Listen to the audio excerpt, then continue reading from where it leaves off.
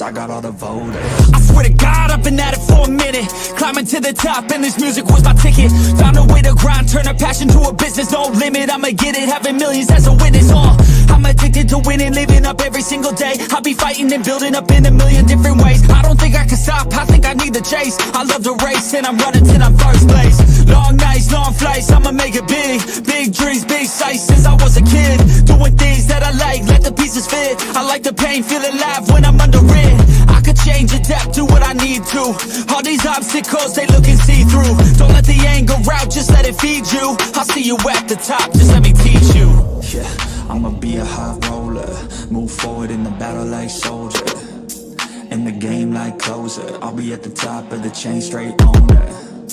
Yeah, I got a different motor, I don't need any help, I'm a loner. You'll be seeing my name on posters, you could call me POTUS, I got all the voters. They be like, really, you got a milli from doing something silly? I'm like, chilly, I've been killing for decades now, Billy. Well, maybe like several years, but who's counting really? I just know how to turn something silly into a milli. Got a lot to say, and a lot need to hear it. You don't quit today, we don't stop, no, we feel it to the top. Yeah, we change our whole world, yeah, we steer it. Getting lost in the things that make us all worth hearing. No, I'm the first one to turn up, learn stuff, but mostly I'm just in the lab getting work done. Cause the bills on the first, they still worth some. I never forget being broke, man, it hurts, son. But not as bad as not having any purpose. I took stabs, this and that, and it's working. But I still grind every day for that thirst. It's a curse being first, yeah, still gotta get my work done. Yeah, I'ma be a high roller, move forward in the battle like soldier. In the game like closer, I'll be at the top of the chain, straight owner. Yeah, I got a different motor, I don't need any help, I'm a loner. You'll be seeing my name on posters, you could call me POTUS, I got all the voters.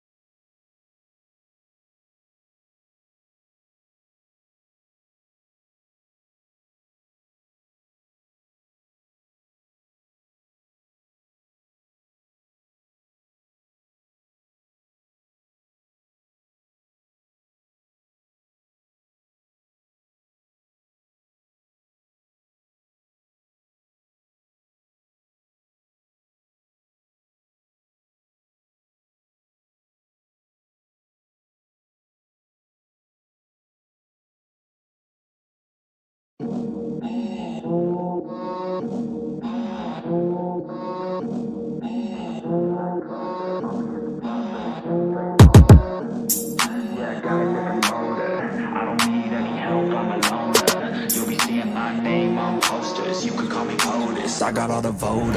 I swear to God, I've been at it for a minute, climbing to the top, and this music was my ticket. Found a way to grind, turn a passion to a business, no limit, I'ma get it, having millions as a witness. I'm addicted to winning, living up every single day. I'll be fighting and building up in a million different ways. I don't think I can stop, I think I need the chase. I love to race, and I'm running till I'm first place. Long nights, long flights, I'ma make it big. Big dreams, big sights since I was a kid. Doing things that I like, let the pieces fit. I like the pain, feel alive when I'm under it.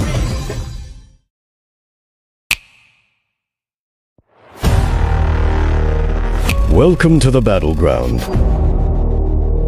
where legends are forged.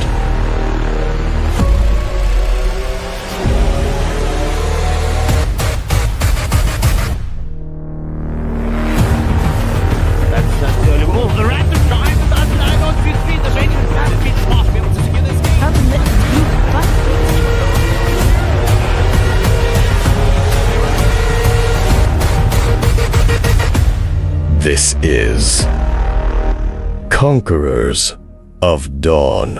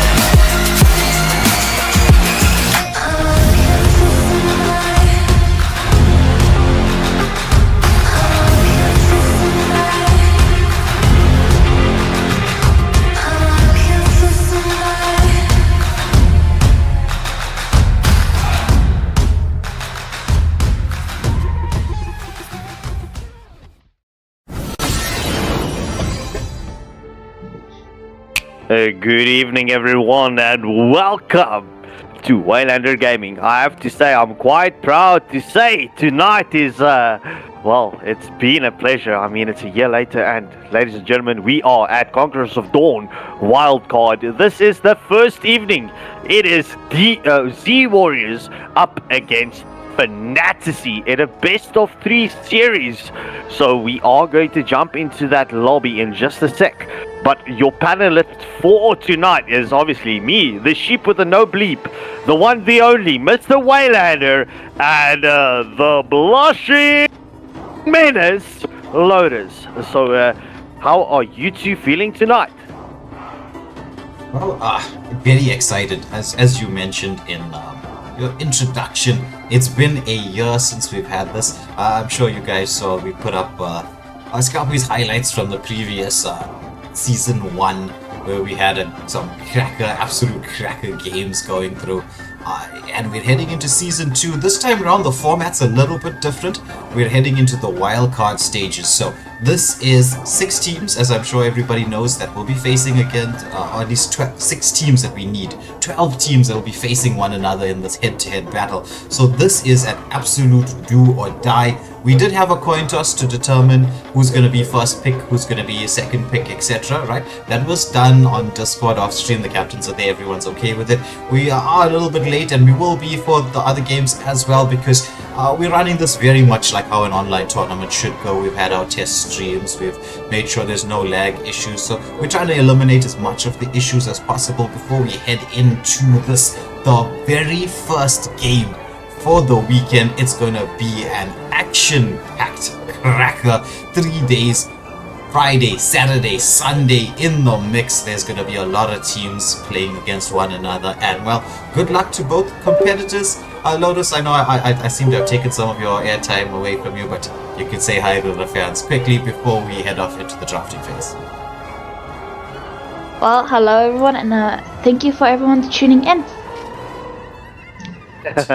Alright, so ladies and gentlemen, we will be heading into this first matchup between Z Warriors and Fnatic. Right, ladies and gentlemen, as Way mentioned, well, just a few seconds ago, well, all of the winners within the wild card would go and stand a chance to win their part of a 10,000 Rand cash prize pool. So first place will be taking 5 grand. Second place, 3 grand, and in the third place of Conquerors of Dawn, they would be taking home a whopping round of 2K. So, without further ado, Fnatic with their first ban banning out the 1-1. I mean, I don't even need to say this anymore, but why has 1-1 been receiving so much hate? She's been banned out in each and every match since the MSA Cup, right? There was 1 or 2 games where she got picked up, but she gets nerfed. And well, ladies and gentlemen, look at that. First ban right off the bat. Poor 1-1. Well, we did see also in some of the other tournaments, 1-1 has an extremely high competition rate. And it's no wonder, because you can see how dangerous she is, even despite being nerfed the entire time. Well, DBZ responding with the Lancelot and YSS. Right, both of these heroes, they should definitely be one of your top 3 contested heroes within any 5-man scene. As we do see, Fnatic does ban out the newly reworked Grok. And Z Warriors banning out as well the Lapu Lapu. Both these 2 heroes have been extremely strong, but Scar picking up the Kalea. I'm going to add to that, right? We know Z Warriors, they are well known for their unconventional picks. My question is, are they going to draw this unconventional draft into, well, the wild card of Conquerors of Dawn? I mean, we have seen that Z Warriors is very successful with their unconventional picks. I mean, seeing that Ruby playing in the gold lane, full damage. Well, look, anything can still happen from Z Warriors. I'm just wondering if they are going to go for that normal draft of theirs, as we do see them picking up the Aurora and Garugacha. Those two actually pair very well with the Avatar of Guardian going into the Frigid Glacier. The only problem is there's somewhat of a delay in both of the ultimates, giving Fnatic here a lot of time to escape if they have dashing skills like the Arlets picked up, and Fredrin also getting picked up quite quickly. Yeah, well, 100%. I mean, you are looking for the initiator, re-initiator, and Fredrin, right? He just presents that initiation, and then you can get the Arlot or the Kalia to reinitiate. So you're going to have that crowd control, especially coming in with that skill from Fredrin. If he gets that 1-2 combo and then popping the taunt, I mean, Kalia can jump in there, get the set with the Tsunami Slam, or Arnold can respond with the, well, final swipe. So, I mean, anything can happen. I mean, Fnatic currently having a very strong draft, but looking at Super 17 picking up that Marsha and Anubis just responding with the Zetian ban. The Marsha has actually been a signature pick for the side of Z Warriors. We have seen them play the Marsha on both the XP lane, but also in the gold lane, surprising several of their opponents. Yeah, 100%. Cupcake with a response, definitely utilizing that 50 seconds into, well, this tournament drafting phase, as Cupcake does ban out Hayabusa. Hayabusa has lately been one of those heroes for me. If you pick him, it's going to be a very difficult time for your team. I mean, Hayabusa is a very strong hero, but he needs that, well, support coming in from early to mid game and get him fed. But DBZ responding with the Clint ban. Just waiting on Coco Pops with a response. Lotus, what are you thinking? Coco Pops is going to ban and oh, never mind, as Coco Pops does ban out. So no Electro beats for the side of Z Warriors. Let me ask the two of you a question, right? Between Coco Pops and Cupcake, which would be the better name? Coco Pops. Cupcake. We would split. Maybe we should ask the viewers to decide whose name do you like better, Coco Pops or Cupcakes? I've been waiting for too long. Snap, Crackle, and Pop as well. Spice can do it, does pick up the carry. Cupcake does bring us Kimmy, so Fnatic will be going in with that double MM. Look, Cupcake with the Kimmy. Kimmy has been a very prominent mage. I know there's a lot of viewers and, well, co-casters that doesn't like the Kimmy in the mage role, but since Kimmy has received that buff in the emergency buff update, she has been very deadly, as Coco Pops does pick up the Grangers, so that does bring in a double MM for the side of Fnatic. To be honest, as a Kimmy player myself, yes, I'm still learning, but she feels a bit awkward in the gold lane. It feels she feels so much more useful when played in the mid lane. Oh, well, I mean, Kimmy does pack a punch, especially with that traction pulse of hers. That is pretty much a very mobile implosion play. So, I mean, Kimmy does bring that knock up from that traction pulse and brings in the pull. So I mean, for me, Kimmy currently is a very good pick for the side of Fnatic, as Anubis does pick up the Alpha. Alpha has some good AoE damage. Paired with a Kimmy can do a lot of damage to the Fredrin and the Garagacha, but isn't the two tank dealers a bit overkill? Well, no. I mean, early to mid to potentially late game, a double MM is very much what you need. I would actually prefer it going into mid to late game, but yeah, Fnatic has a stronger draft in my opinion. But ladies and gentlemen, as I do see everyone is mentioning or sending through their messages, it seems like, and the consensus is Cocoa Pops over Cupcakes. But nonetheless, ladies and gentlemen, Lotus and Mr. Waylander will be casting and taking you through the blow-by-blow action in this first matchup in this best-of-3 series. To the stream, everybody. I hope you're excited. This is going to be the first match in the best of 3, as Scrappy mentioned, the wildcard qualifying round. It's two very strong teams against one another. It is Fnatic and the unconventional DBZ. We know how much they love to play these unconventional styles of picks, right? So we're going to head into the game right now. As you can see, with the mid lane battle, I would say Lotus should go the way of Fnatic. Oh, there's the stuns coming out. There's a bit of poke damage, but Anubis manages to retrieve that Litho. But they're taking a lot of damage in here. Kalea engaging onto the Gato as Aurora Vegeta. Oh my goodness, is Kalea going to be in trouble? Has to force the flicker out. You don't want to go into a man fight up against a Gato very early on. That is extremely true right now.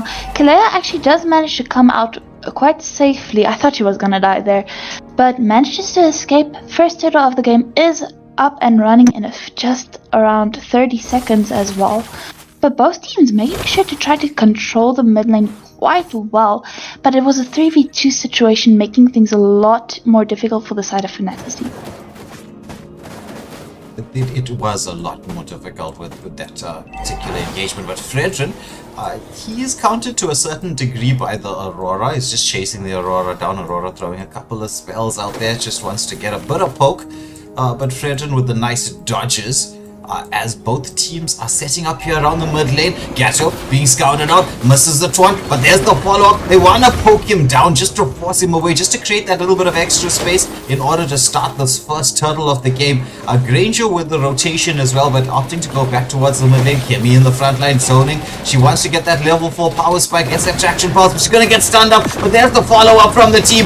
Arlott into the mix, he's dashing around. It's going to be a 1-for-1 exchange, but Marshall with that delay comes into the Fredrin, hits the Praise's Wrath, and it's gonna be a 1-for-2 exchange, and the turtle going the way of the passive print proc, as it's gonna be Vegeta CC'd up, the poke damage coming in, Ryan picking up yet another kill, and so that's 3-for-1, and the turtle going the way of Fnatic are pulling themselves a 1.5k gold lead there, Lotus?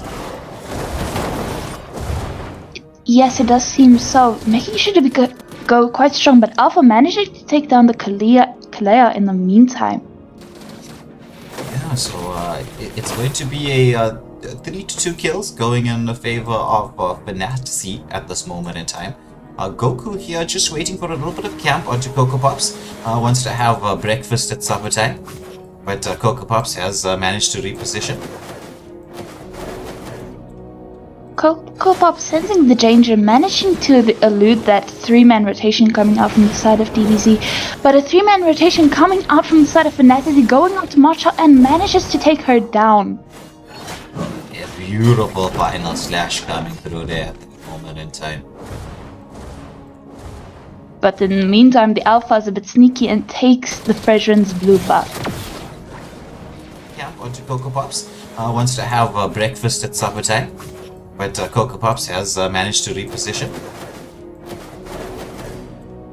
Cocoa Pop sensing the danger, managing to elude that 3-man rotation coming out from the side of DBZ, but a 3-man rotation coming out from the side of Fnatic Camp onto Cocoa Pops is up in just around 20 seconds. Both teams can't afford to lose any more members. Exactly. Especially with that timer ticking down so quickly. It is the second turtle of the game. We know how hotly contested these neutral objectives are. We shall wait to see what fight is going to take place. The zoning is being not just there yet. Kimmy did go for the rotation towards the bot lane, giving Arlott the space to try to create some advantage. Aurora wants to get a bit of poke, but Goku, he's into the mix. They're gonna CC him up. Alpha tries to land, but there's the tsunami slam. Avatar of Guardian slightly not off the mark as the fight continues. The Brace's Wrath comes out, but from Fredrin as he's going in, but it only lands onto the one. Goku somehow managing to tank through all of this, and that's going to be A 3-for-1 exchange overall, and once more the turtle going the way of Fnatic. Right now, with the sustainability coming out from the Fredrin and the Kalea, and with Granger having a bit more early game damage than carry. Shall wait to see what fight is going to take place. The zoning is being not just there yet. Kimmy did go for the rotation towards the bot lane, giving Arlott the space to try to create some advantage. Aurora wants to get a bit of poke, but Goku is into the mix. They're going to see.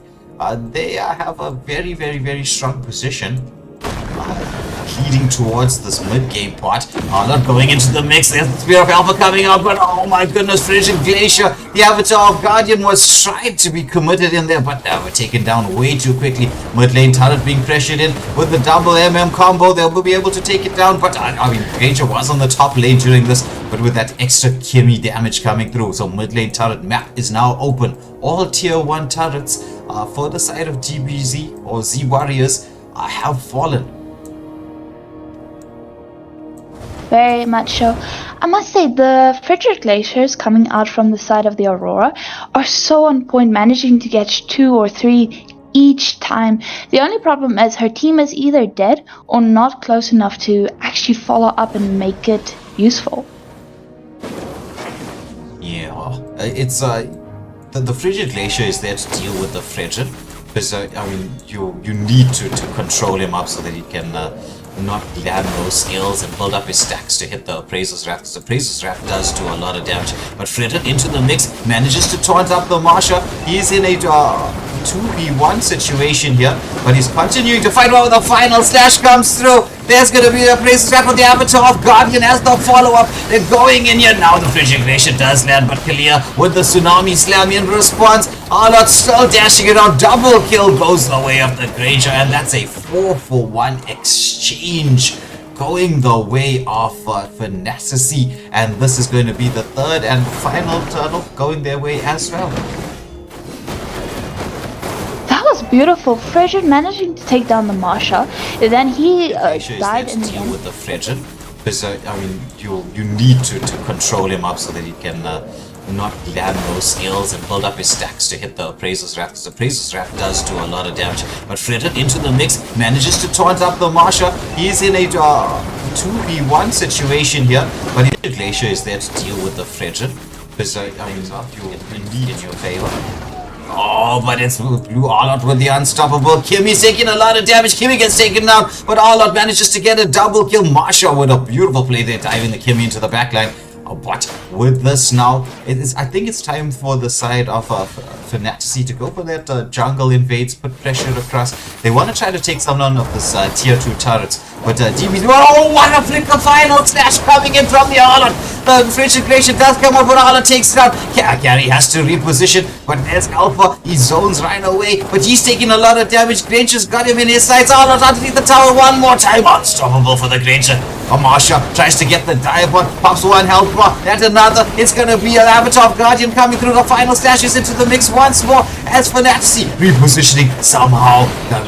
The Appraiser's Wrath coming in a little bit too late. Goku surviving for a very, very long time there, but it's a Fnatic putting on pressure here into the mid lane. They've popped the shield. It's just under 40 seconds to go. The Lord will be up soon. This is looking a little bit dire for the side of Z Warriors.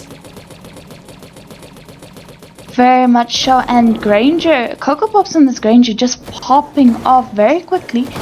Already managing to get 486 stacks on the Granger. He's gonna deal a lot of damage way quicker than DBZ would want.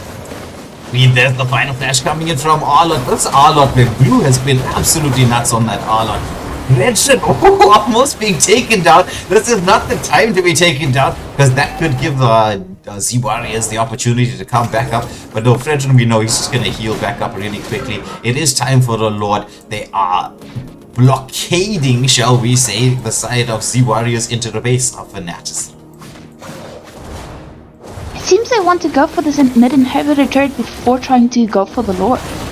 friend. Oh, beautiful pitch glacier from the Aurora, setting it up. Was this a bit of an open extension, but Coco Pop saying, no, I'm gonna be eating everybody alive. He goes in for the triple kill, wants to go in for the Maniac, but Aurora manages to reposition. They're pushing now onto the top lane. Marsha trying to find the angle to dive onto the squishies, but Kalia doing an excellent job zoning away. Arlott is there for trying to find the angle. He's going in. They're doing so much damage. Legendary from the Granger. He is so incredibly fed right now. This could be a winning angle. No, Lord, necessary. With the double strat, they could be able to melt this down. Alpha trying to clear the wave though. The base is down, a half health. Kimmy trying to find the angle. The same with Granger. Granger doesn't have the attack speed. Oh, but Aurora with the play in, with the Frigid Glacier. There's the follow. Final slash does come out. Legendary for the Granger. It's a 3-for-1 exchange on just surviving by the skin of his cheek. Then that's gonna be game, set, match. First game of this best of 3 going the way of Fnatic. Action packed from start to finish. They were just dominant this entire game. Granger definitely capitalizing on that early game damage in comparison to the carry. And both teams just rotating beautiful, the side of Fnatic rotating beautifully to help each other. Yeah, they were. And you can see Coco Pops picking up the MVP, not just in the live chat, but also in the game itself. What can I tell you, bro? Coco Pops over cupcakes. No, cupcakes for life. Yeah, I'm sorry about the audio in the replay stuff. I'll get that tested and fixed out for the next stream, right? Anyway, I was just trying to set things up to see how it was going to work. However, we are going to be heading into the next match. Fnatic laying down a marker here and taking this to match point. So they have that 1-0 lead at this current moment in time. The question is, can they take this 2-0, or will the Z Warriors be able to even things out? What do you think, Scorpion? Bro, Fnatic, Z Warriors definitely has the potential to bring that one back. I mean, bro, the only thing that I'm wanting to see from them is that full damage Ruby. But Z Warriors definitely has the potential to bring this one back. I'm not going to take it away from them. Z Warriors is a very strong team. However, I do know that, as what I can see is their current roamer is not their original roamer, but nonetheless, Z Warriors does have the potential to bring this one back. Fnatic should ensure that they've got a very strong second draft. I mean, that Fredrin combo, bro, I mean, what is the ideal combination that you want in any 5-man scene? If you want to 100% secure a victory for your team, what do you want in your 5-man scene?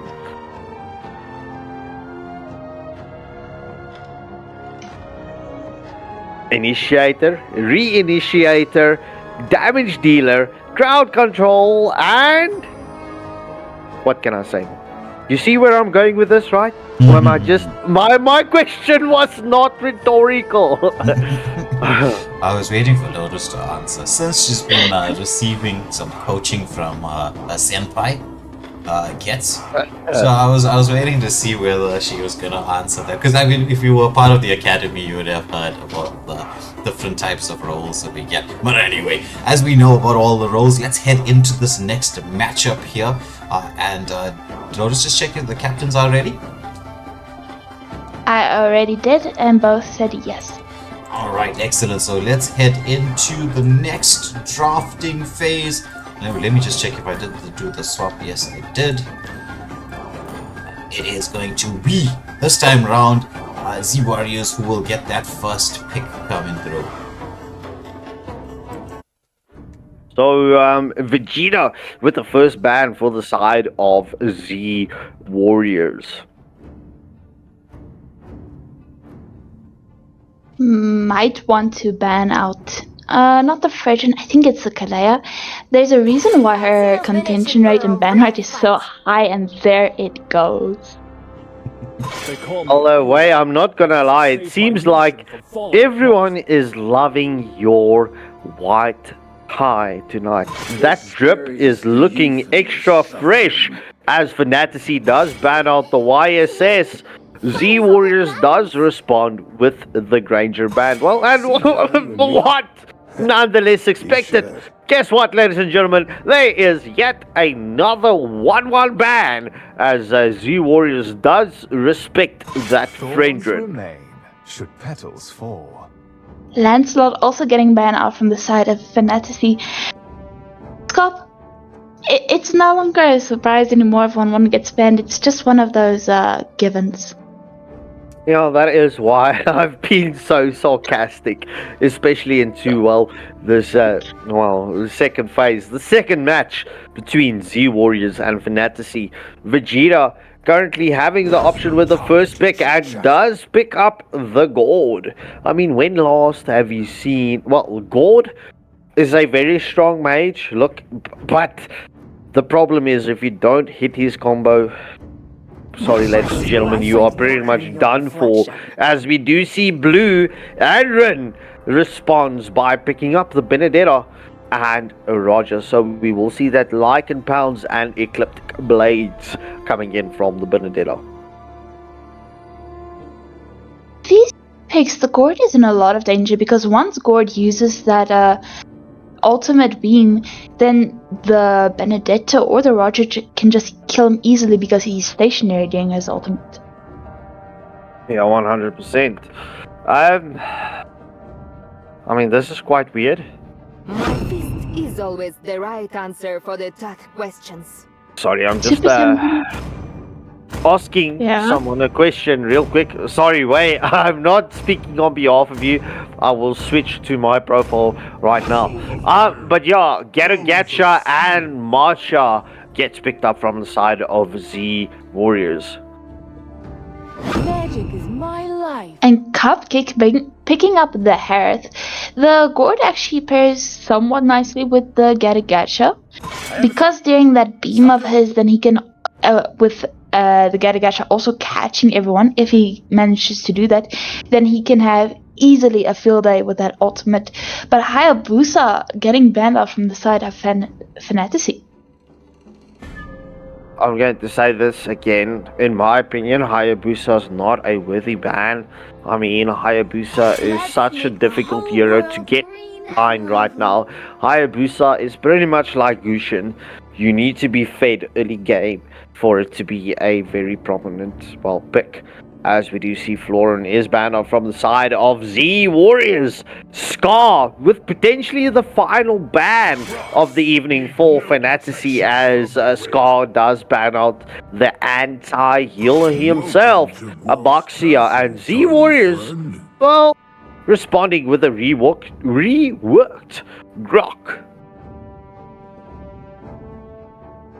And the Grok ban coming out from the side of Z Warriors. But why would you ban a Florin? Especially when Fnatic has no sustain right now. They definitely wouldn't pick a support as squishy as a Florin. They would probably pick someone more sustainable, wouldn't they? You're looking at it the wrong way, you know. I mean, Florin does offer that extra sustainability and that healing capabilities that the Florin does have for the side of Z Warriors. I mean, you've got a Masha and a Gacha. Gacha running with that Revitalize. What else not to do with a Florin? I mean, we know Z Warriors with their unconventional picks. I mean, but yeah, nonetheless. Sorry, I'm going into a different banter. As Anubis does pick up the Gushin, Amon, and Spice can do it, does pick up Erythel. So they have some good damage coming out from the side of Z Warriors. Gourd offers a lot of damage. The way DBZ builds the Marsha offers a lot of damage. Same with the Amon and the Erythel. And Erythel gives a lot of mobility, which can give that extra numbers advantage during objectives. And I will Yeah, well, I mean, Coco Pop's picking up the Clint So Clint not being banned out. Well, anyway, it could go either way. Both teams have very strong drafts.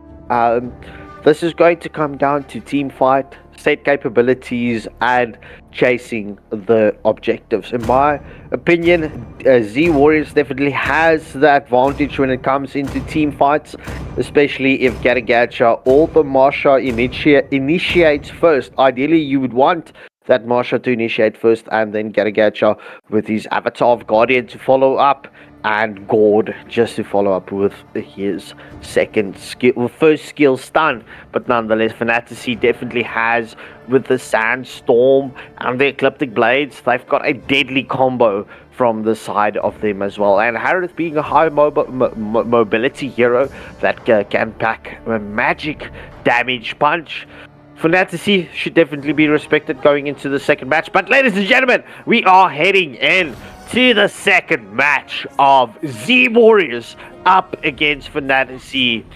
It's a best of 3 series. Fnatic currently leading it by 1. So this is a match point for Z Warriors. But enough of me, as I will hand you over to Lotus and Mr. Waylander himself. Let's go! Ladies and gentlemen, this is it. Do or die stages for the side of Z Warriors. Will they be able to even the series out? Or will we see Coco Pops on that gold lane once more be so devastating? All to play for.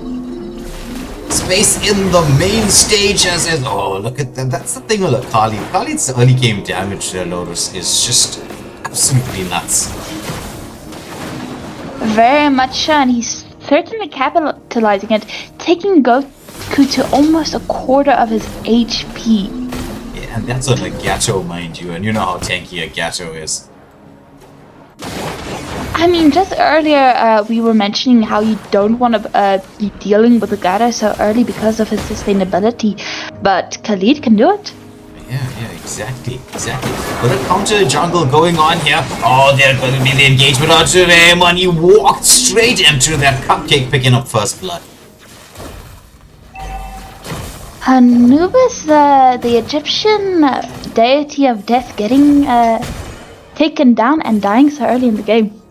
Yeah, so Lotus, not just with the dad jokes, also with some ancient Egyptian trivia here. Well, we all have things that we like to learn about, so... It looks like Gato. He's learned from his repositioning experience, but he's gonna get caught out here. The damage throw. There, will we see the Lycan bounce coming in? Oh, Scar. He tries to heal back up, but Gato sustains through so much. There's the follow-up. Anubis, he doesn't have the endless shot, but he's trying to get something done. But the endless shot is available. He commits it at just the right time. Anubis picking up a kill in response. Oh, but Vendetta with the eclectic blades comes into the mix here, chasing down. Does she have the damage? Oh, just underneath the turret. Yeah, but with Gato with the taunt, trying to get that Bernadetta. She did use the second skill, so she's gonna try to use the water. Look at the dodge there from Ryan. He's going further. Well, we'll see. We should see a little bit of a dance, right? Marsha wants to get into the mix. Marsha with the ultimate right, trying to escape, but no way out. Why did Benedetta take that direction and go between the two turrets? She should have gone to the right. But it is what it is. Lesson learned, hopefully. And the first turtle is up. The teams will now try to contest for it. Yeah, there's 5 kills very early on, but a 1k gold lead going the way of Fnatic. As you say, the first turtle is up. Harold just dancing around as he does, like at a Persian nightclub.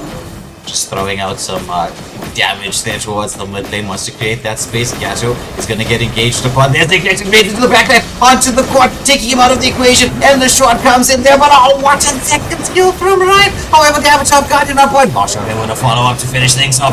As Scar tries to reposition, he's taking a lot of damage. Anubis in the mix here. It's going to be a retry battle. Anubis wins the retry battle there against Blue. And uses that crazy mobility from an A1 to reposition. Z Warriors is finally getting the first turtle in this entire best of 3 series in their favor this time. With Scar getting poked down. Gord already using his ultimate, but Scar at least has that healing to just survive the damage right now. Scubby, if I could just ask you a favor, right? If you can check the name of God's ultimate. I mean, we don't feature a god much. I'm not sure what it is. Mystic Gush. Mystic Gush.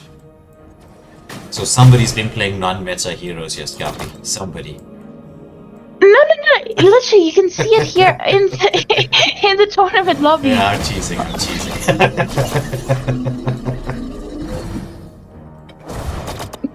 Let's see how defensive she got. Incredible.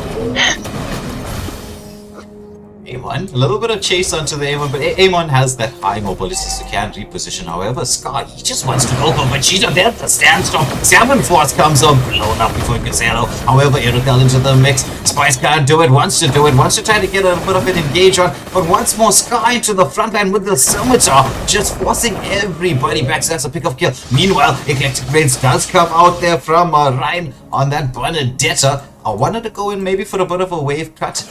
To create some certain degree of space to make the rotations across for this next turtle that's going to be up.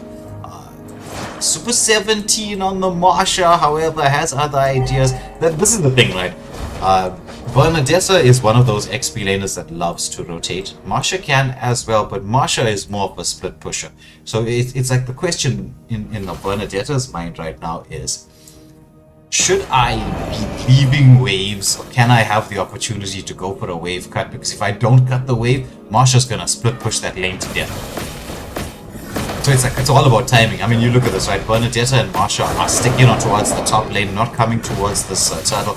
As it's gonna be this time around, Blue managed to secure it. Oh, but the double flick is coming through. God manages to reposition, but Scar once more into the mix. God with the Mystic Gush comes out. There's the endless shot.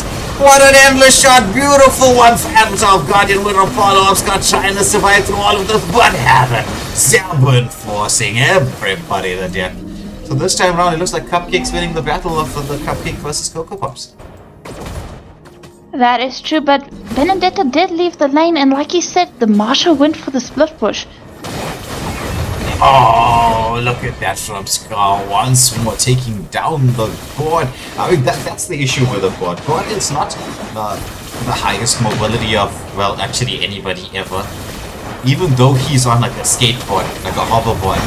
You know, you'd think that he'd have some mobility. There's a Marsha into the mix. Endless shots there for follow-up. The Zabun Force does come out. Marsha is quite low. But look at this from the M1. He's trying to get the basket front. But all the Petrify combo comes in there. Shut down kill. As Clint doing some damage there in the bot lane, forcing everybody away. But it's going to be God and Amon and Marsha here in the mid lane.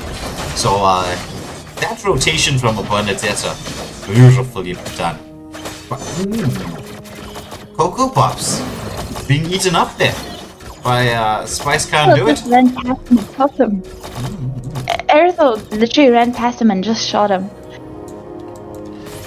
Yeah, but Erthel almost getting caught out here. He's gonna get caught up. Pops out, trying to get away, but it's not slow from the Zabun Force. Just their killing spree going away of Cupcakes. Or Cupcake. I don't think that's a plural. I think it's a singular cake. Yes, it's just a one. But Scar getting scouted out right now will get taken down by the endless shards. But in the meantime, Roger is just wanting to go for the kill and avenges his teammate. Yeah, and helps set up the double. This is the thing with a Roger. If you can time that Lycan pounce, you can evade so much of the damage coming through. And this has created the space, not for the third turtle, Lotus, but rather space for the first Lord. 8-minute Lord is up.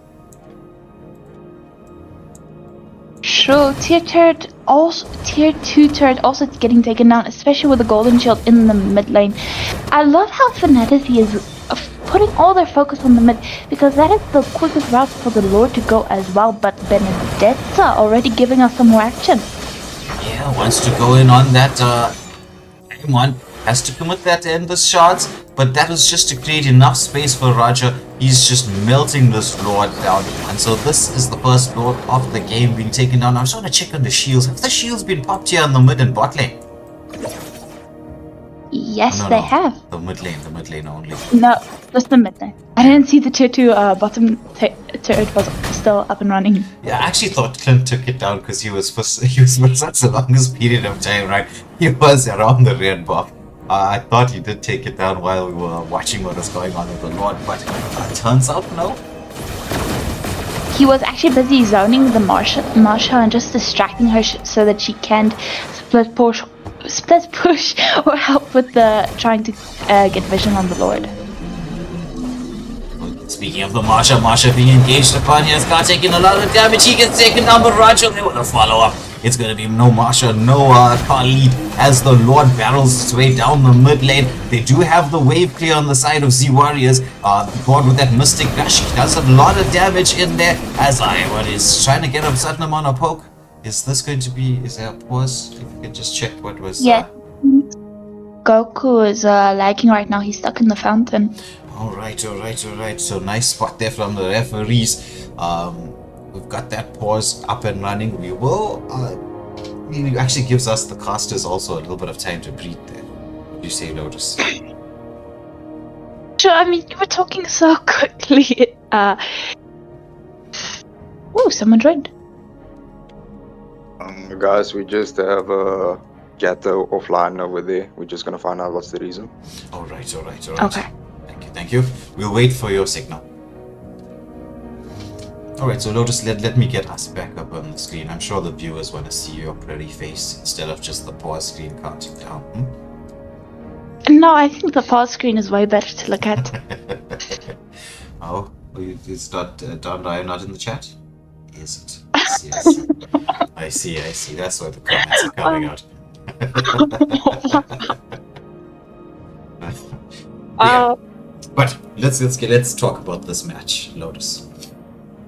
So far, we know it's 1-0 in the favor of Fnatic. Fnatic is one of the strongest teams on our server. They are putting down a definite marker here. With the Lord barreling down the mid lane, as things stand, the base is open. There's just, I think, one hit left on that mid lane turret. Do you think that this is an ending angle? Let's see whether either of us can predict what we think is going to happen. Well, I'll say this much. It looks like an ending angle. The side of Fnatic is quite fed. They do have a 6k gold lead. A 6.5k gold lead. They're definitely going to try to end. They have the damage to do so. And the Gourd, which has a lot of wave clearing abilities, if they can target him first, then it shouldn't be a problem for them. But what would you say can the Warriors do to defend? Well, they've got some big spells. It depends now. Goku did have a bit of a lag out. If he's in the mix, right, that Avatar of Guardian is a big spell. Now, here's the thing that I'm thinking about, right? The waves are not synced. I mean, you can see the top lane and the bot lane waves are they're still pushing, and they still have tier 2 turrets to deal with. It means now that everybody is going with the Lord down the mid. With that Avatar of Guardian, you need people to be bunched up, and this could be that moment where the combo hits. Because if Gato can hit that Avatar of Guardian, God hits the Mystic Gush afterwards, you've got the endless shard damage coming in from the Amon as well. Could be a team wipe, could have that potential to come back, decrease that gold lead significantly. Right, that's what I'm thinking space-wise. But I'm sure Fnatic are also thinking the same thing at the same time. So we'll just take a look at the movement of the players to see whether they're going to bunch up, spread out. We will expect them to be spreading out, but we're going to be heading back into it now. It looks like everything has been sorted out, but all the continuation of the fight. There's the Sabbath Force, endless shots does come out, but it's going to be it's just dishing out the damage. Goku still not able to enter the fight, and that was a very, very quick ending angle. They literally just went for the throat, cut it, and took the game. Yeah, very disturbing analogy there, but I agree with you. I don't know what movies you've been watching in your spare time here. Do not ask that question. That's the question. All right. We don't want to know the answer, so we shall remain innocent of what Notice has been up to. Alright, so this was the second game in the best of three. Fnatic winning out here up against the Warriors, booking their space on the grand stage, heading all the way through to Conquerors of Dawn to compete for the prize pool. Notice if you could just message the players still remaining in the lobby, tell them thank you for being here. We will be back with everyone very, very, very shortly. We will have that a pause screen up and running for all of you, and we'll be heading into the next game, which would be Immortal Order up against PCR, to see which of those two teams move on to the main event.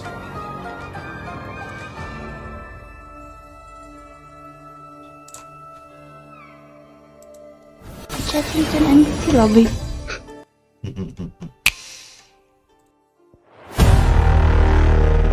Welcome to the battleground, where legends are forged.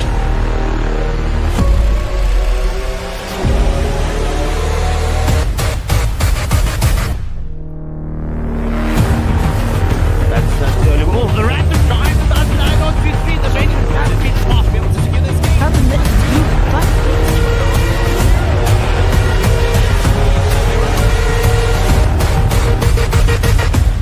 This is Conquerors of Dawn.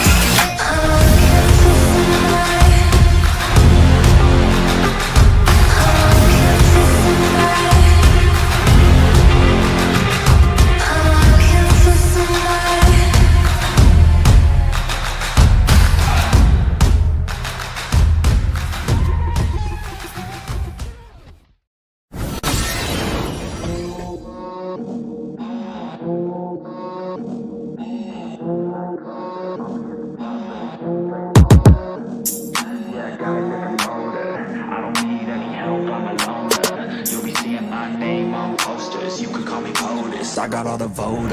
I swear to God, I've been at it for a minute, climbing to the top, and this music was my ticket. Found a way to grind, turn a passion to a business, no limit. I'ma get it, having millions as a witness. I'm addicted to winning, living up every single day. I'll be fighting and building up in a million different ways. I don't think I can stop, I think I need the chase. I love the race, and I'm running till I'm first place. Long nights, long flights, I'ma make it big. Big dreams, big sights since I was a kid. Doing things that I like, let the pieces fit. I like the pain, feel alive when I'm under it. I could change, adapt, do what I need to. All these obstacles, they look and see through. Don't let the anger out, just let it feed you. I'll see you at the top, just let me teach you. Yeah, I'ma be a high roller, move forward in the battle like soldier. In the game like closer, I'll be at the top of the chain, straight owner. Yeah, I got a different motor, I don't need any help, I'm a loner. You'll be seeing my name on posters, you could call me POTUS, I got all the voters. They be like, really, you got a milli from doing something silly? I'm like, chilly, I've been killing for decades now, Billy. Well, maybe like several years, but who's counting really? I just know how to turn something silly into a milli. Got a lot to say, and a lot need to hear it. You don't quit today, we don't stop, no, we feel it to the top. Yeah, we change our whole world, yeah, we steer it. Getting lost in the things that make us all worth hearing.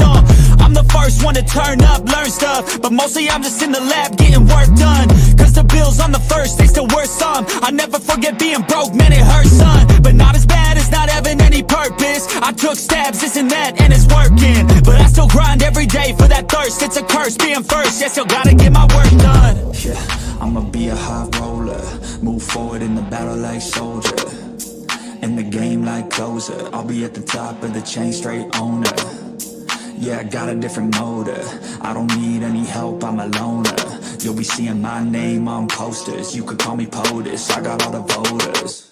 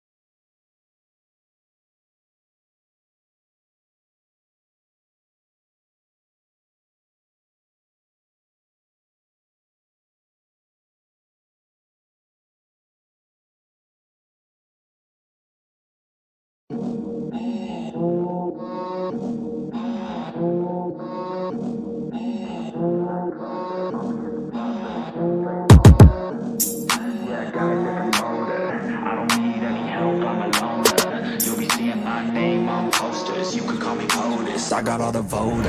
I swear to God, I've been at it for a minute, climbing to the top, and this music was my ticket. Found a way to grind, turn a passion to a business, no limit. I'ma get it, having millions as a witness. I'm addicted to winning, living up every single day. I'll be fighting and building up in a million different ways. I don't think I can stop, I think I need the chase. I love the race, and I'm running till I'm first place. Long nights, long flights, I'ma make it big. Big dreams, big sights since I was a kid. Doing things that I like, let the pieces fit. I like the pain, feel alive when I'm under it. I could change, adapt, do what I need to.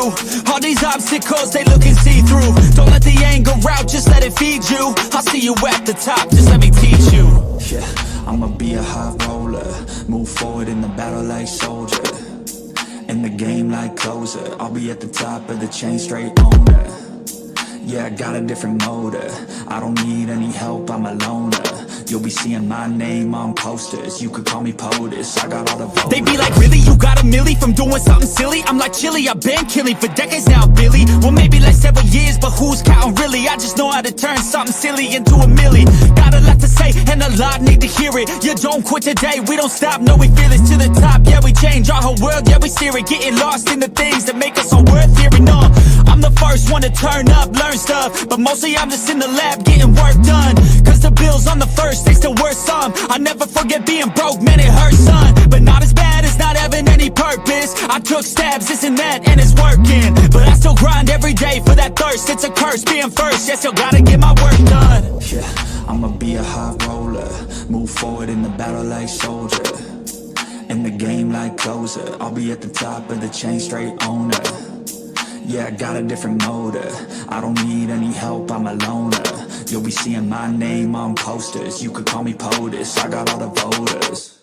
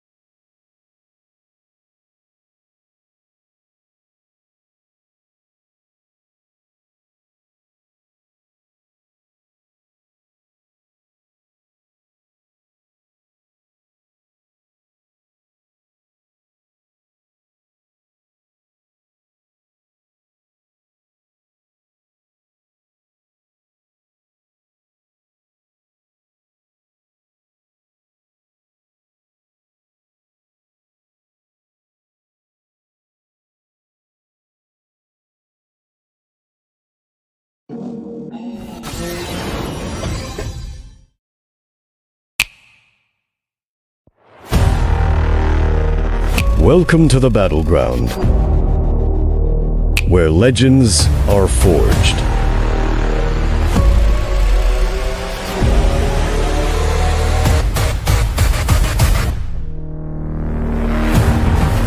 That's the early move. The random drive I don't see the main can be smart to be able to secure this game.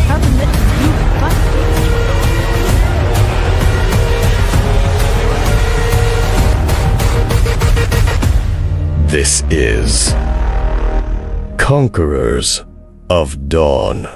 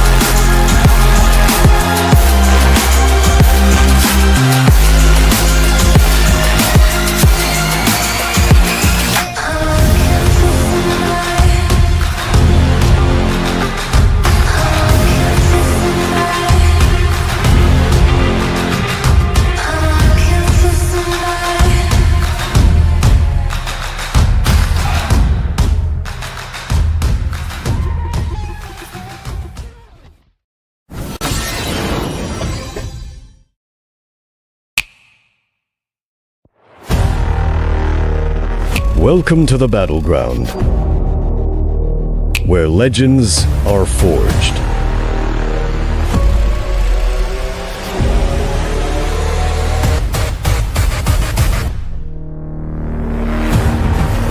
That's the early move. The random dive does land on 2-3. The main has been fast. Be able to secure this game. How the minute you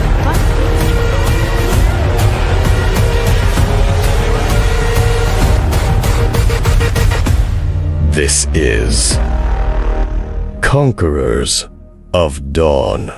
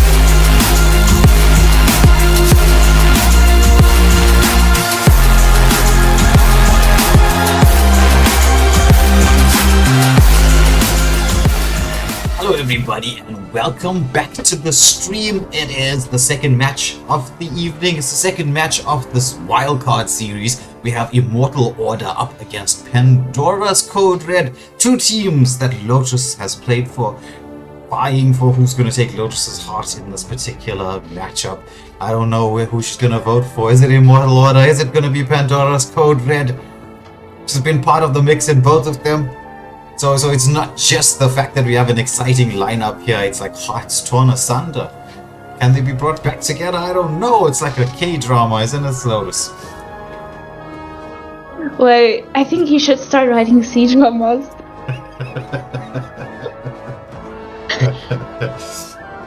Yeah. It is going to be a good game between these two teams. They do know each other very, very well. Immortal Order, Pandora's Code Red, they've faced one another plenty of times. So we're gonna head into this particular match just to see who's gonna win, what they're gonna be doing. The drafting phase, notice we've been sitting here in the caster's seat quite a lot. We do know both these teams' styles of drafting. So we're gonna take a look to see the picks. Will we see some comfort picks coming out? Are we gonna see those respect bans?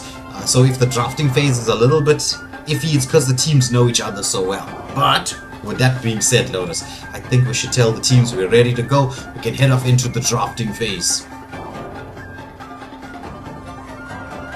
Okay, just notifying the team. And we're good to go. Excellent, excellent. So we're going to be heading into this first drafting phase. It is a best of 3. This is the first match.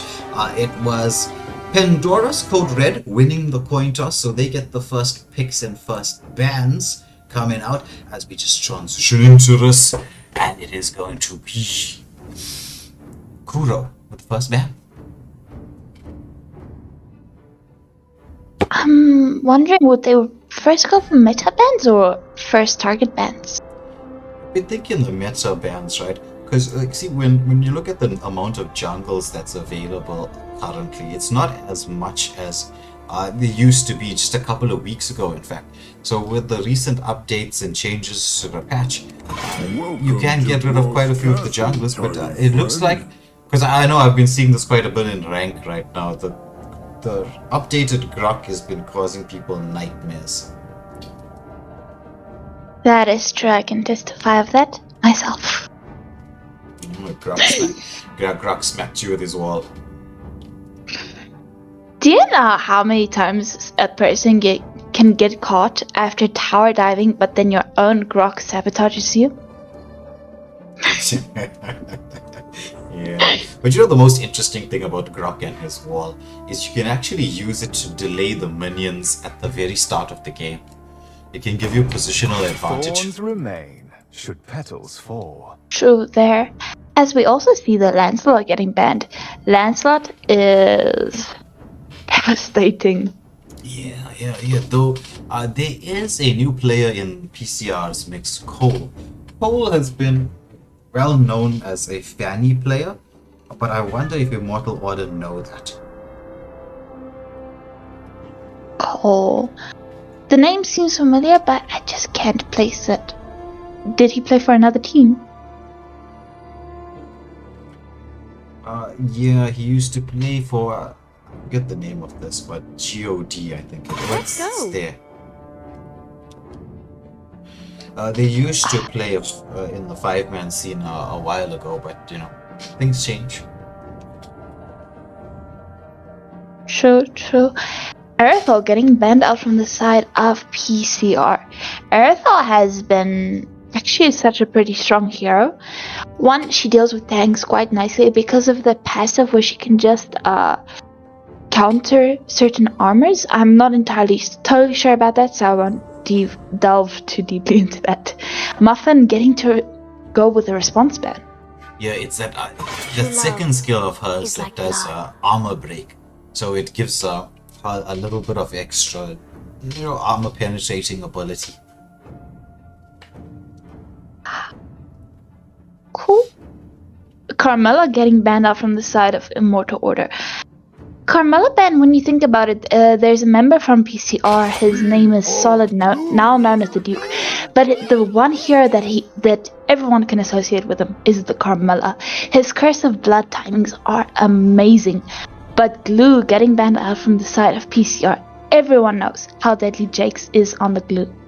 Yeah, well, we've finally headed into that phase of the game, Lotus, where the respect bans are coming through. As we were saying, right, these two teams know each other a lot, really well. They scrimmed against each other a lot. They seem to get involved in... Oh, yeah, thank you, Megan, Ghosts of Deities. Yes, thank you for that reminder. You see what happens when you get old, Megan? Your mind starts to forget the names of teams that you used to do casting for. And, well, the perennial, the forever... The must be banned? What? If it's like a mistake came out from the side of PCR, they left the YSS open. And we have seen Muffin from Immortal Order play that Yisun Shin. Yeah, but PCR was the best. PCR first pick. But would they pick it up? That's the question. That is the question. They have... I'm not sure if Cole is going to go into the jungle. That's his... as far as I know him as a player, his favored role, but into this lineup we'll have to see, because he does play a lot of assassins, so YSS would fit into that category. The same with the Fanny pick, which we know that is a definite possibility, but let's get to see. My legacy Kuro picking up the Zetian, one of Angelic Fury's favorite heroes to play recently, as we saw in some of the previous tournaments. But yes, Zetian first pick when a Yisun Shin was open. I would want to go for the Yisun Shin. I would. But I'll say this much, right?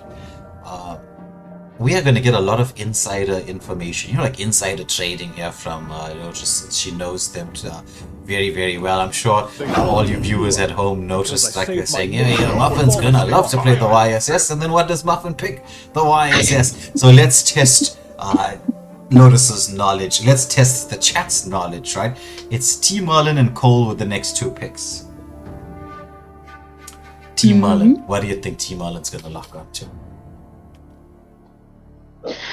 I'm not necessarily sure. If you're saying Cole is gonna go with jungle, then Grip Reaper is gonna go XP or Roam. But I don't know about Team Merlin or Cole, anything about them. But I'm definitely sure that PCR might want to bring in a Mincetar pick. It's one of their comfort picks, but would it fit? Let's make the whole world. So Grip Reaper picking up a floor. Yeah, and well, the Xborg pick coming in there. So right now, Jakes has picked up that Badang. We don't know which role he's going to assume. Personally, I like the Badang on the roam position, and I think the side of PCR suspect as much. Otherwise, I mean, if it's an XP lane Badang, you're just going to go for obvious and say, see you at the base, Badang. We'll see you some other time. You're not going to have a nice game. But as there is no Phoveus being picked. But even the Xborg is a bit of a flex pick. Right now, we can't tell. Seems like an XP lane Xborg, but could be switched to the jungle. This time. True, Angelic Fury picking up her Deadly Xavier. And Shrooms getting the next ban for the side of Immortal Order. So, what's left? I mean, with the two, and this is the beauty of flex picking, right? It makes this next, but you can see the timer is ticking down here. Shroomsy, as the captain for Immortal Order, has to really think about this. He's like, do we suspect that this is going to be an Xborg XP lane, or is it going to be jungle? What should we get rid of? We do know the roam, we do know the mid lane. So it's going to be either an XP lane ban, or is it going to be a jungle ban? Also, well, it's definitely a gold lane. So right now I'd be thinking the same thing. You can't really tell with the flex picks. So let's get rid of potential scary gold laners so that we can get a marksman that fits nicely into our composition. Sure, also PCR's Fury, his marksmen are extremely deadly. I think but his Granger, I have seen it before, his Granger and Clint is extremely deadly. Team Merlin might be wanting to go for another marksman ban. Because the Badang also works as a flex pick, so wouldn't also be... Ban's not the Gacha. Okay. Yeah. So, Gato, actually, I would say that's a good ban for the side of PCR. That Avatar of Guardian into the backline. With a Florin and Zetchian, you know that they're going to be grouped up together. Every time you have a healer in the composition, you know that the teams are going to be tightly bunched, and that Avatar of Guardian can really be devastating. True, especially if it's paired with the wall coming out from the Badang, and then any stuns coming out from the Xavier, so that is not something you would want to deal with. I mean, Florin can only give one sweeping heal at a time. Exactly. I'm born with talent. Again, put the Guinevere. Interesting. Yeah, I think that would be so, but Guinevere with that Violet Requiem can get the knock up onto both the YSS, or sort of the YSS. He has that like natural purifier, you could say, and the ability to escape CC, but it would be more to protect the Xavier. Xavier has extremely long distances on the Need some stitches? on his range of skills, but right now, if I was on the side of PCR, I'd be thinking of picking up that Hayabusa. Hayabusa could actually work here. I mean, Xavier is extremely easy to pick off if you have a good Hayabusa. Yeah. And could scale quite nicely, but the Hayabusa versus the Yisun Shin, that could be a problem. Well, no. Yisun Shin won't really be able to deal with the Hayabusa. Yisun Shin, to deal with the Hayabusa, you need to have a certain amount of lockdown. Granted, the Mountain Shocker does have a mini stun to it, but it's a mini stun. It's not enough to deal with the Hayabusa. When he hits that shadow kill, I mean, he's immune to everything. Has high mobility. I was thinking more in the terms of macro play and jungling speed. The jungling speed of both is fairly similar. Obviously, YSS would have a slight advantage in terms of having that faster jungle here. The thing that makes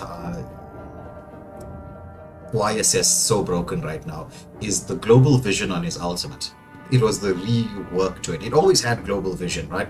But the fact that now it gives you, there's no downside to that ultimate at all. He has mobility, he has a stun, he has damage, and he has global vision. That's one of the things that makes him absolutely broken right now. But Hayabusa is a counter to any marksman. And if you think about a YSS, he still has marksman attached to his name. So I'd have been looking at that, especially with a Clint, low mobility marksman, Xavier, low mobility mage, and you've got a YSS into the mix there. I'd be thinking this is a perfect Hayabusa game. But Team Merlin deciding to go for the anti-heal hero with the Basha coming through. So I'm not sure. I think maybe they just want to go early game and snowball. Maybe that's the strat that they want to work with. That could be so. I mean, everyone knows how strong Immortal Order is. So depending on the late game of the Hayabusa, potential of the Hayabusa, might not be the best pick. So that's maybe why they wanted to go for the Basha. But Oshumzi picking up the Kalea. Oh, that's a good pick. That is a really good pick into this lineup. Right, granted, Basha can get a bit of poke damage onto the Kalea, but her job is to just proc the passive on the Zetchian and airlift the Florin. So Florin is going to be caught up in a tsunami. Good pun. But judging as collectively both teams' drafts, which one would you actually favor? Now, I would go for Immortal Order.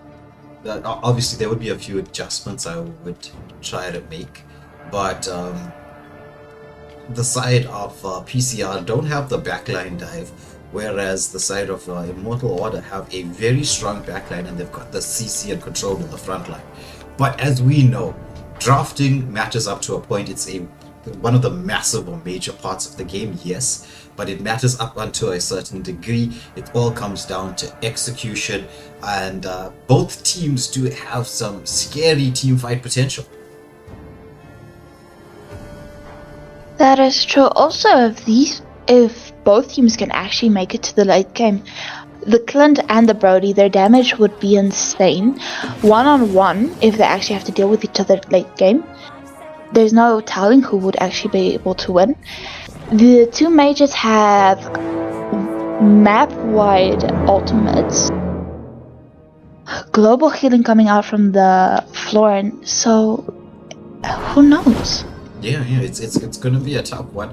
But like we said, it comes down to execution. PCR have that early game composition. They're probably going to go for a bit of a snowball style and strategy and clear just with the poke damage here onto Zetien. Zetien with a bit of a reposition manages to get back to safety, does clear a wave. Florin was doing some scouting out here in the jungle just to give a bit of vision. There's a bit of contest around this the little. Washer is into the mix. Who gets it? The faster finger on the retry goes to Team Merlin as he secures that first neutral objective of the game. Good play coming out from Team Merlin. Right now, both teams aren't committing to any fights just yet, just getting vision and poking as well. Wanting to make sure that their junglers jungle quite safely and quickly. Yeah. And I thought Luffy was going to step out of line there. Is he going in there? It's going to be Shroomsy with the lift up. He does get a bit of poke, but the counter engages on. And the turtle white side comes in, and they're going to be the revitalized for a follow-up. Somehow Shroomsy's still alive. Xavier with a block of damage here. YSS still not that level 4 yet. Will want to go in, has the ability to launch that mountain shocker, but has to be patient, right? You can't do that when there's a Florin around. And Washer, he's there into the bush. He manages to catch on YSS. There's the stun. The mountain shocker does come out. Catches on to 3. YSS on the double muffin, showing us why YSS is so deadly at this moment in time. And getting a double kill just before the first turtle of the game spawns up, giving them somewhat of a retry advantage as well. Yeah, that's like that, call an ambulance. But not for me. As Muffin sent everybody back to the base. But Team Merlin is starting this up. Cole here, providing the vision and wants to zone away. They should be able to secure this because Xbox is not somebody you want to really go into. Oh, but down with the first check, managed to down and get 2 against the wall. Then we see the follow-up Floral with the heal. Manages, what timing level for the Floral Bloom comes out. So that's Turtle and a kill going the way of PCR. And look at this from, is that Luffy or Fluffy? Luffy. Do you mean Fury? Fury. I keep thinking, I'm looking at this, I'm like, I don't know what letters this is. So it was none of the above options. I failed the test. It's Fury. Who was doing a lot of poke damage onto the Clint, forcing him back underneath the turret. But I don't know what you think, Lotus. Is that... Oh, Shroomsy going into the mix. Tsunami slam onto the Zetien. Dawning Light comes out from the Xavier, but Xavier won't have that damage just yet. But to my question to you, Lotus, right? The wave management there from Fury was a little bit aggressive. So I don't know, it's a good setup for things like this. YSS goes in, oh, the mountain shocker comes out, but fast fingers from Fury repositioning. Pasha also rolling into the mix, just getting vision right now. Both teams actually want to poke each other, but will they commit? That's the question. Well, it's at this moment in time, you don't really want to commit to anything. But a poke damage here to Shroomsy. He does use that arrow to get back to safety. The gold lead is ever so slightly in the favor of PCR as things stand. Oh, but there's going to be Zetien with the Fury of the Phoenix as there was an engagement onto Cole. However, it's Basha with a turtle white and tsunami slam from Shroomsy trying to keep his jungler alive. Oh, beautiful flicker out. Nice outplay from him. But there was a lot of skills being committed there as Muffin will go back to farming. He's quite low. His buff might try to take him down. Meanwhile, Clint is having a hard time with a Brody. The stacks comes out there. There's going to be the torn apart memory, but Clint managing to stay safe. Both marksmen's recalling, and the second turtle of the match is up. Right now, Immortal Order seems to want to go for the next turtle.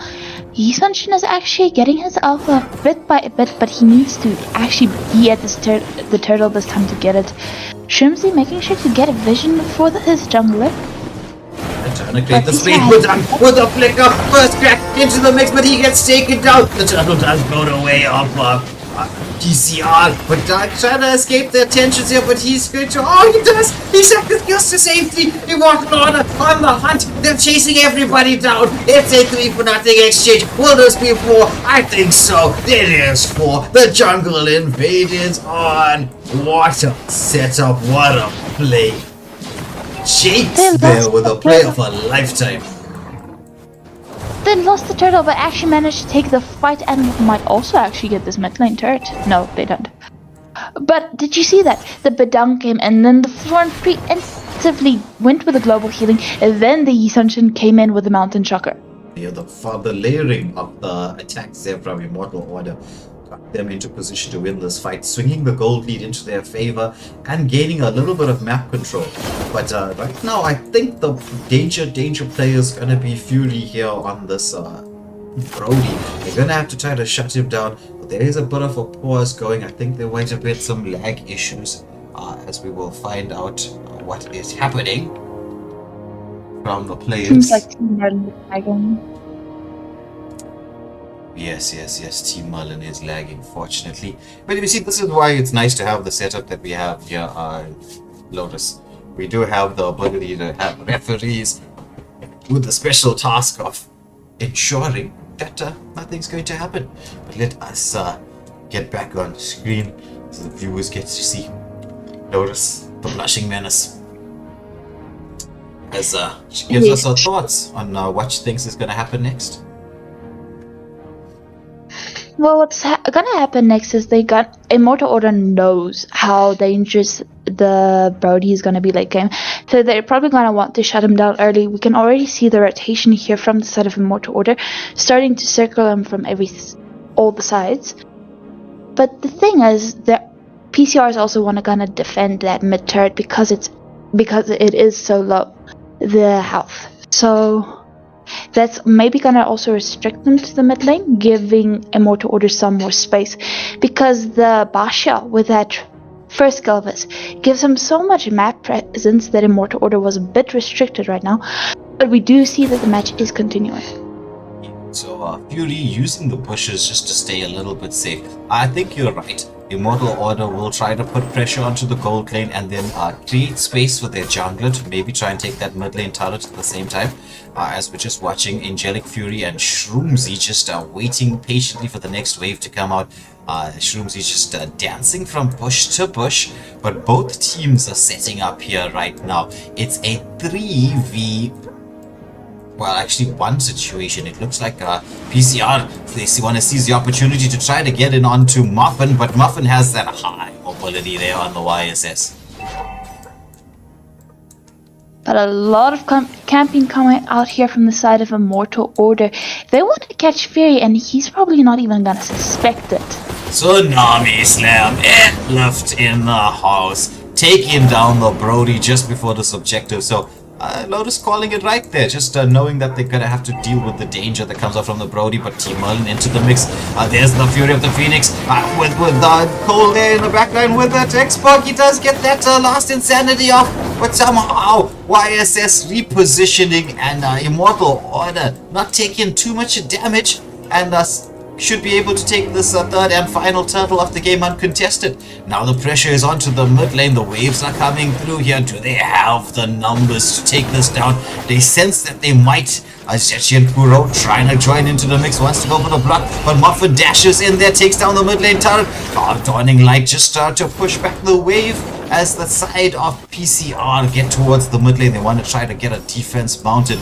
With conceal play coming out from Shroomzy. He's going to set up. He's underneath the turret. He picks up. He drops down. Tsunami Slam. But the second skill from Fury as he manages to get that turret kill. However, Muffin gets a kill onto the Florin in the backline, so it's a roam for roam exchange.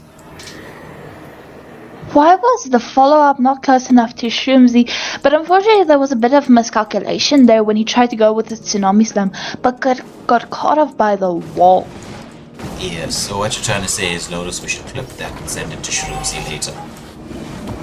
Yes. But don't tell him I said that. Yeah. And well, unless he gets back to this part of the stream, you'll never know. Oh, but down with the first crack here, but the heals coming through from the floor and Brody turning around. He should hit that Tornaport memory, and that is, well, Brody doing what Brody does best, just blowing up the Badang.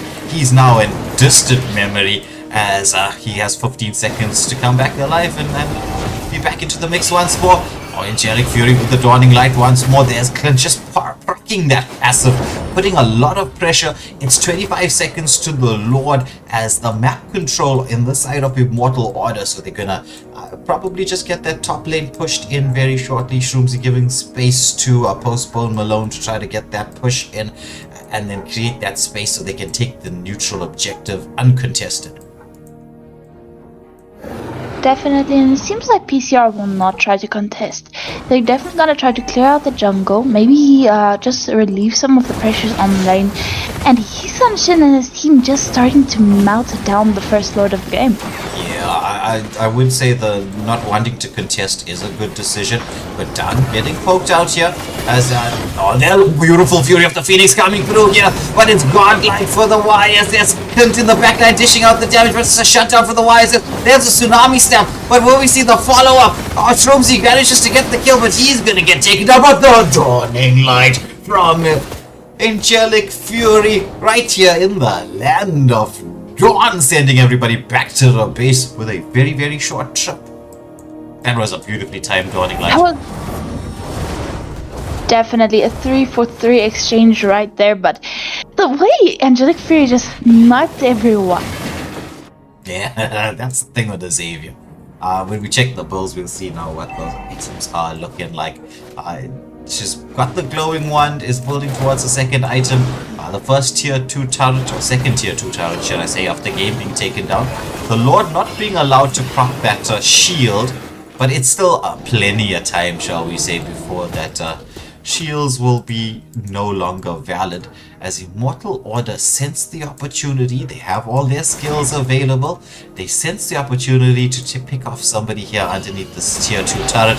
There's the engagement. Shroomsy with the knock up onto 2. Tsunami slam, but onto the Xbox. Fury of the Phoenix come out with a floral bloom as well. As Cole manages to reposition, but Moppin, he got to the backpack. There's going to be the Tornaport memory coming in to make the kills 1-1.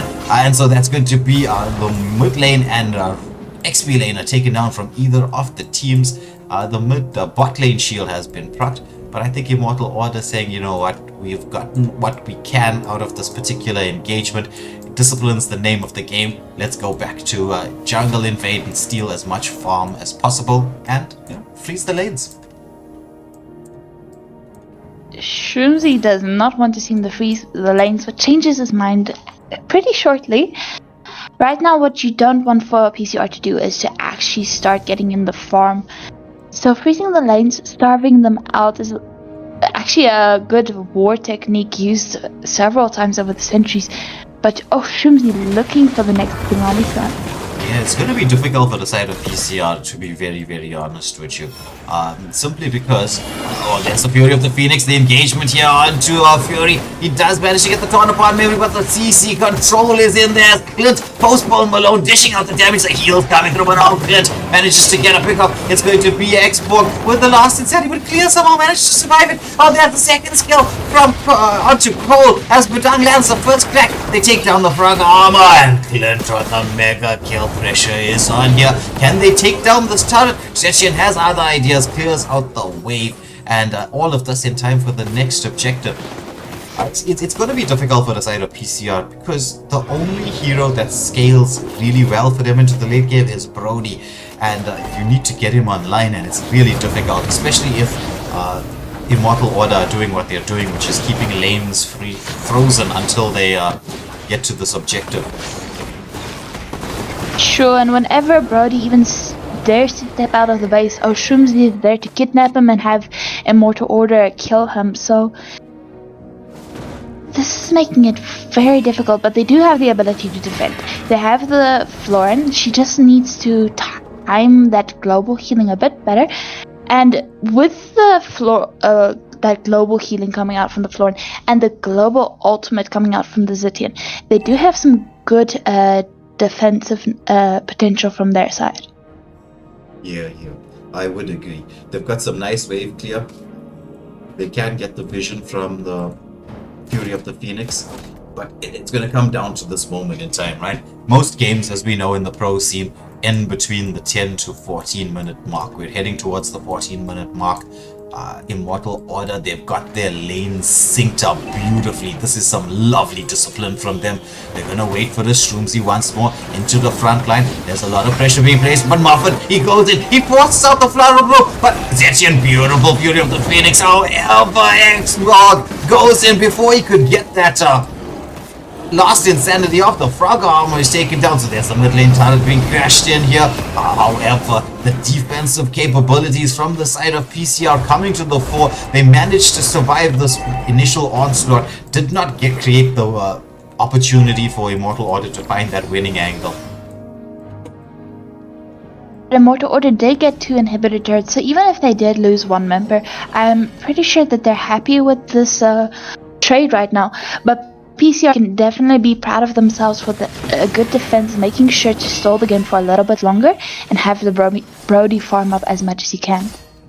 Yeah, it's patience is going to be the name of the game. When there's a gold lead that is, what, roughly around 7k, 7.5k against you, you have to even that out, because 7.5k is a couple of items.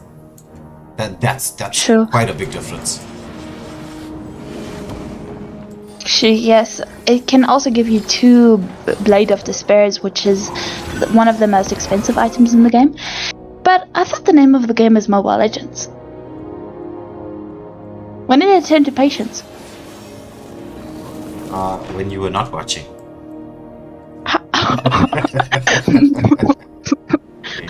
Good camp coming out from the side of Immortal Order, but gets scouted out.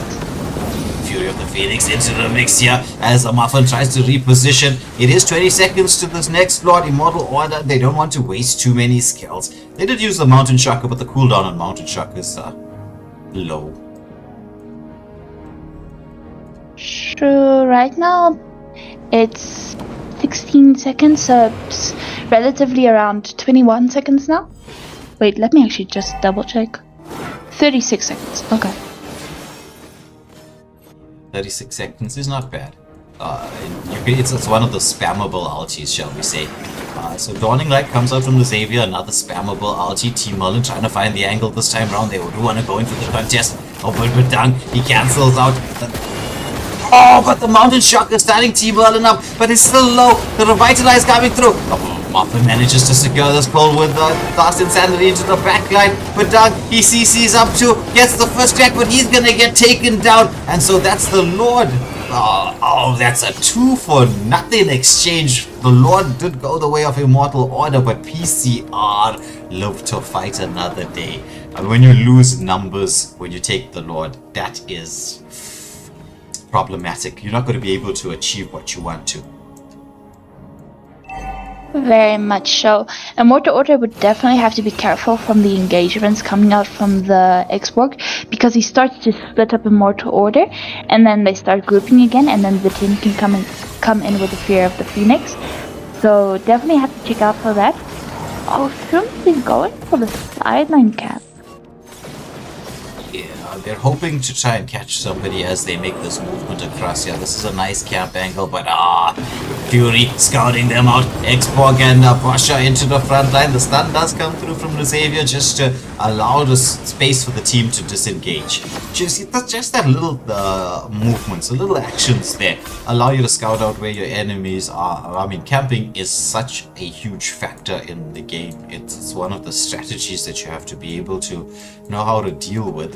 But there's going to be Shroomsy there. They're getting the set onto X-Borg. He pops that Last Insanity just to reposition as they will try to mount that defense once more, proving a tough nut to crack PCR.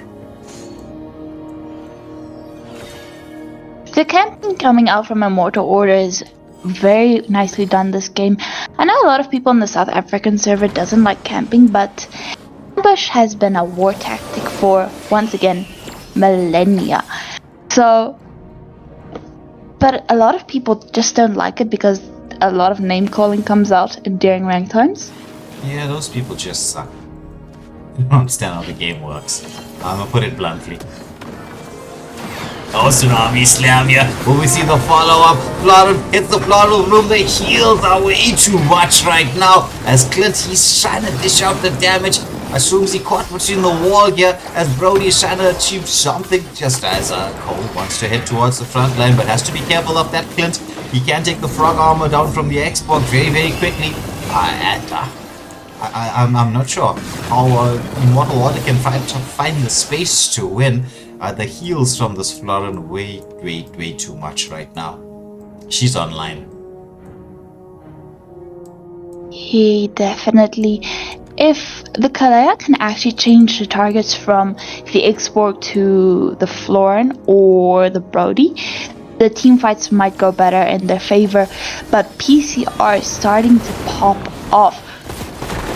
Oh, just as you said that, Lotus cursing everybody left, right, and center. Brody gets taken down, and this before well, this is 19.5 minutes, so it's the 18-minute Lord, the big boy, the heavy tank. Muffin, however, he's just getting a push going as Clint, Shroomzy, and Angelic Fury have started this up once more. There is a pause at this dramatic juncture in the game. So Lotus, let me just get us back up on screen. This could prove to be this with this Lord, right? I'm not sure how PCR are going to get close to contesting this particular Lord, but if this goes the way of Immortal Order, this might be all the angle that they needed to win. It doesn't seem like PCR can be able to actually contest for this Lord. By the time the bar shell can actually come near, the Lord would already be taken.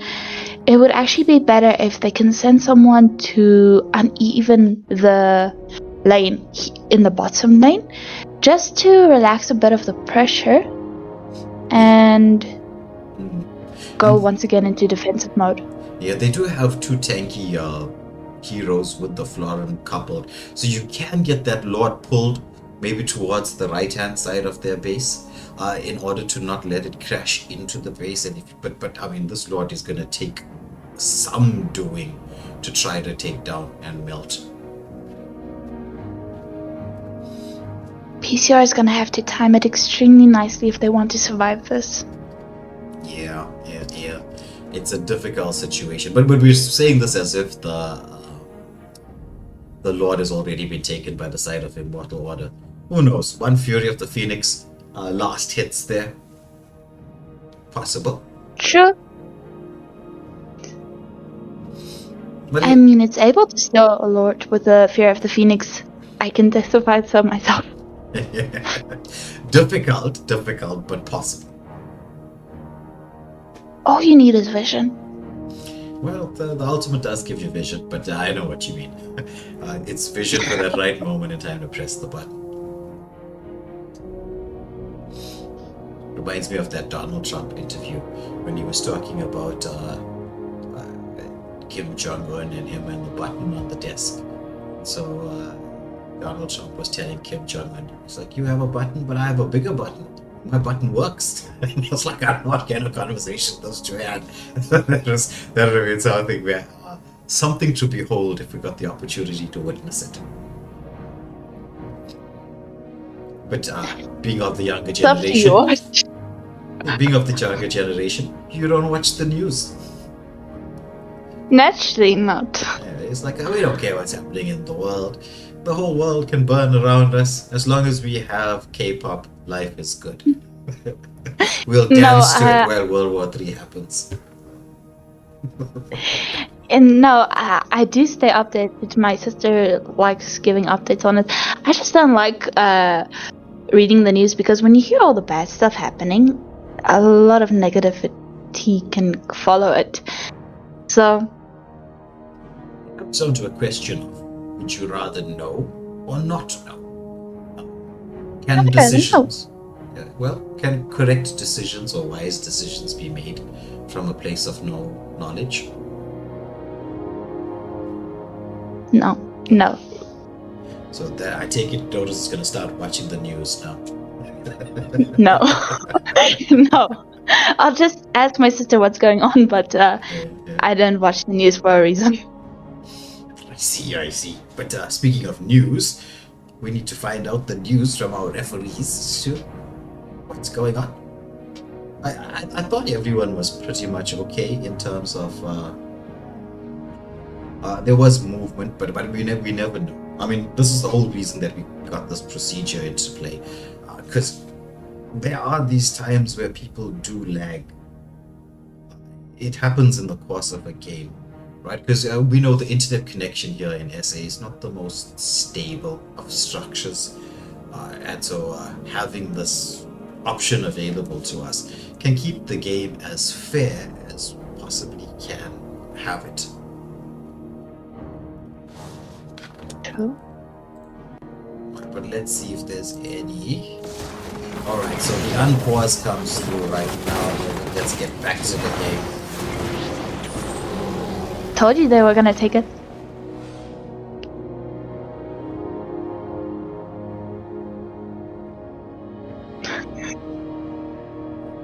They literally burst down the Lord.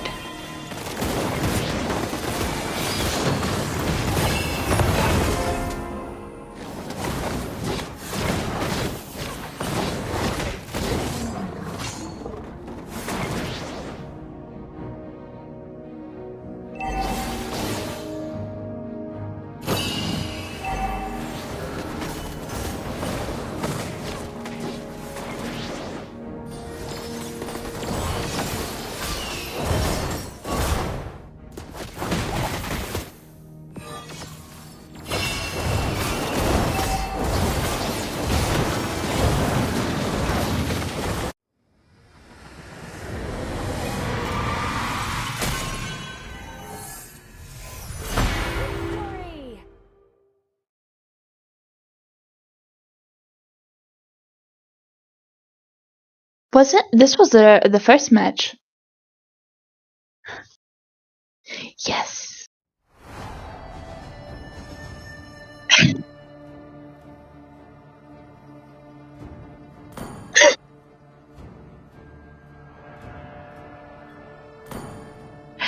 You were jumping the gun after thinking about the news. Sheesh.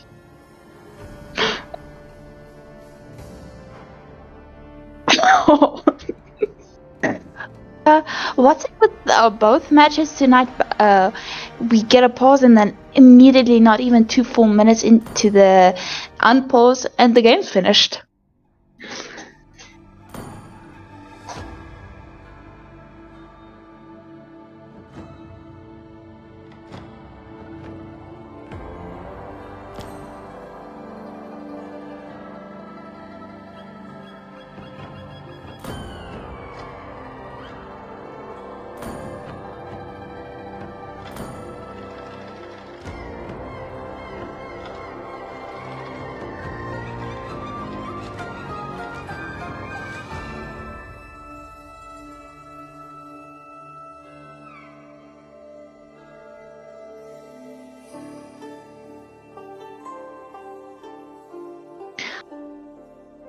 True, but it also, with pauses as long as that, it also gives you time to go back to the drawing board and rethink a strategy at times.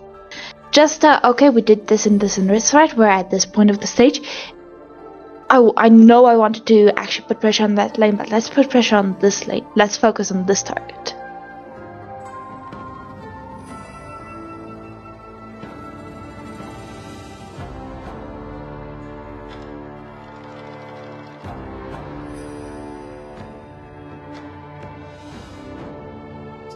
This entire time.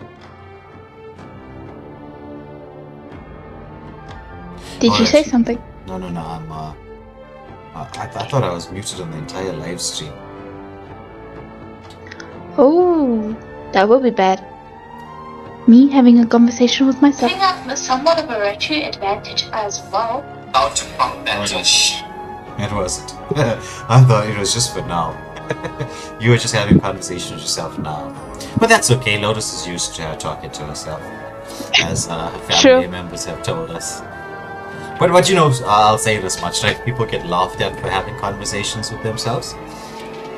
Some of the best conversations you can have is with yourself.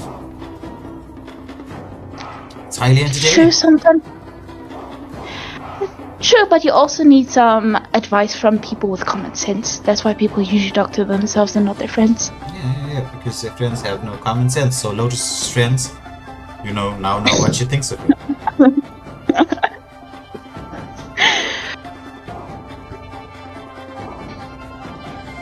Do you have anything to say to that? Any defense to mount? No, my friends, I love you. I think you have common sense. I think you have lots of sense. In fact, you have so much of sense you can make 1 rand. Something like that. No, I'm not the type to go with that approach. But at least you found the dad joke funny.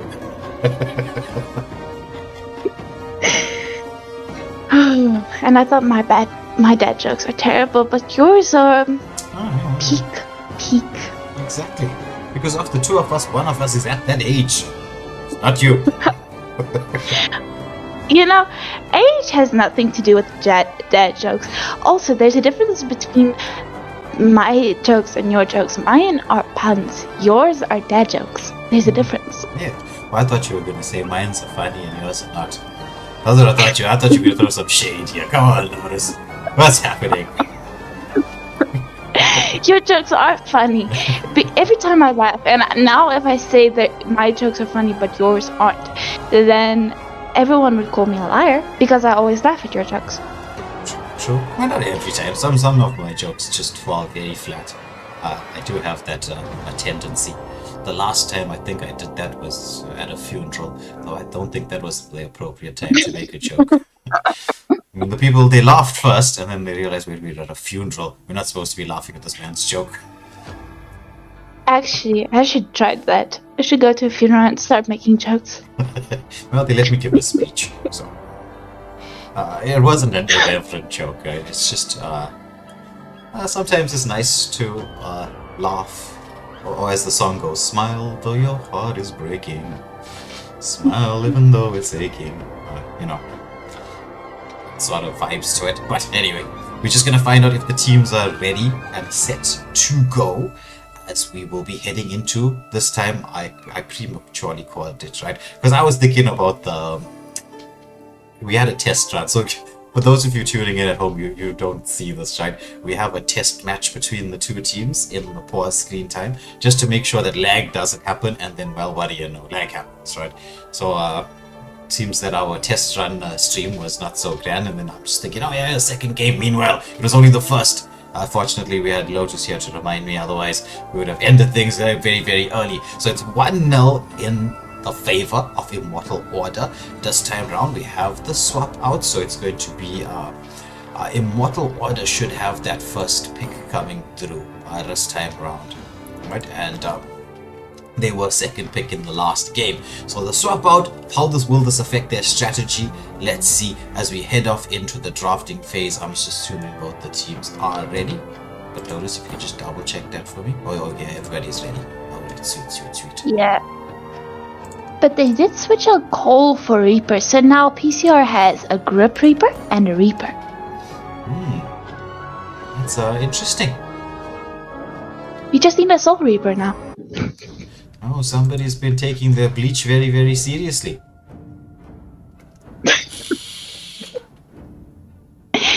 Immortal Order getting the first ban and pick for the second game. Angelic Fury? As we await her ban. Well, should be one of those typical meta bans coming through. Hopefully so. I mean, you do not want to give the Lancelot to your enemy team, but would PCR also learn from their previous mistake and ban out the Yi-Sun if Immortal Order doesn't do it first?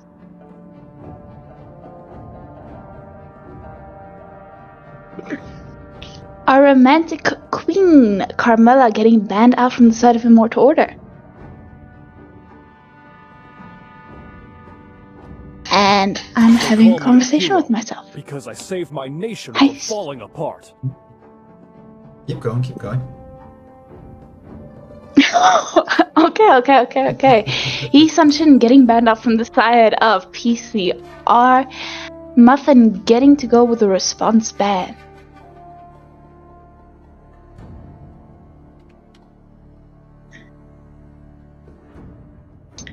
Might want to ban out the Florin. I mean, the Florin with that global healing was a seriously big problem for the side of Immortal Order in the previous match. And the thing was, they had 2 global ultimates coming out from the side of PCR. The Zetian with the Fear of the Phoenix and the global healing of the Florin. That is not a mistake you want to do again. But Guinevere, respect to Team Merlin, getting banned out from the side of Immortal Order. Well, those respect bans, as we saw, they did have a place in the game. They did have a place in everyone's strategy. But, well, as we get to see, it will be Team Merlin with the response, and maybe he's gonna respect ban himself. Maybe get rid of the Badang. Badang had some beautiful sets in the last game. Though, is Badang worthy of a ban?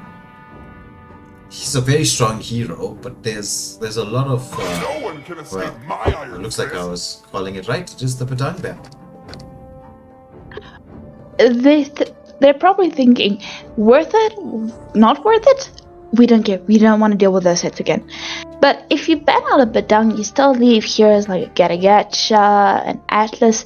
Not necessarily that Immortal Order would take it, but just heroes with even better sets than a Badang. Yeah. But the thing about the Badang is it's almost just like surprise, and then you can get it from anywhere. You can even see him coming. And with that second skill flicker combo, the range is crazy. To me, and fun is all that matters. It had to have been, didn't it, Lotus? It just had to have been. Yeah, 1-1. Poor 1-1. It's always gonna be the 1-1. The 1-1 banned out for, well, 4 games in a row now. 1-1 has a streak of getting banned out in several of the tournaments that we have seen this year. Glue getting banned out from the side of PCR. Still relatively staying the same, but Immortal Order now pick up the free Lancelot. Yeah. Lancelot, one of the 2, shall we say, meta jungles at this moment in time. Joy was in the equation for a while and then has dropped off really massively. So, no Joy. Well, or rather should I say Joy getting no joy. That's one of my dad jokes that Lotus will not laugh at. I wanted to say Joy should change her name to Sora, but yeah. For I am the invincible Lancelot.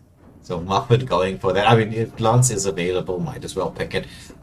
Will we see a Kufra pick coming through? Because I've been thinking maybe we can get a Kufra into the mix a little bit early on. Minsathar as well, to deal with the Lancelot. Could work. I did hear that Minsathar is good for... Okay. Sorry, I blanked out for a bit. What was the other hero you mentioned after Kufra? Minsathar. Yeah, okay, thank you. Sorry. First blonde moment of the evening coming out from the blushing menace. We all have them. Though mine would be like a more of a grey blonde moment. So I don't think I can say blonde, I can just say grey moment. Fair enough. Kuro picking up his signature hero, going with the Farsa, and Team Merlin once again picking up the Xborg. Yeah, Xborg's been very strong, especially in the ranking situation. Though personally, I would say Xborg has quite a bit of counters to him. So anything that can take away the frog armor very quickly. I mean, in the last match, it came down to the Clint, right? Like Clint, once he came online, he had just that insta burst for the frog armor. True, so is the Xbox still worth it? Maybe they have a backup plan this time. But Jake's going with CC, one of my favorite XP laners, and Angelic Fury picking up her amazing, deadly, and lethal Xavier. Well, Angelic Fury and Lotus will be casting together very, very soon. So if you're wondering why the Glaze is coming out, they're hyping each other up. They have a tournament to do between the two of them coming up from next week. And this is news to Lotus. As if I put the screen on, you will see the surprise on her face. Did you know that was part of the plans? I don't think so. I did not know it would be so soon, but if I can guess with my role model, I would be on cloud 9. So speaking of role models, or roles shall we say, the Grok being picked up here, the role being the roam position, I would assume, but I mean, it's kind of a flex pick, the same with the Xbox. There's a lot of flexibility in those two picks for the side of PCR. Need some stitches? I can Grok help. into this lineup. Well, maybe if we can get the engage onto the Xavier. But with the Lance having the second skill to escape the damage, CC has a lot of mobility as well. Grok really works up against low mobility heroes. True, and then you pick it up against a hero like CC and Lancelot. So Interesting. I'm not too sure about that pick, but I mean, like I said, it always comes down to execution, and as an individual hero, since the update, Grok has been very strong. And lively. Very much so. Florian getting banned out from the side of Immortal Order. No one wants to deal with that global healing again. It made the game so much more difficult for them than it had to be if it was without a Florian. Yeah, once you got the Flask of Oasis online, and I mean, it was just the Flask. Like, the moment you picked up Flask, it was just like, oh my goodness, look at the amount of heals here. It's just first skill heal, the ultimate heal. It's just like you just heal. Going for the Badang ban, the Akai ban. The Badang was already banned. The Akai ban.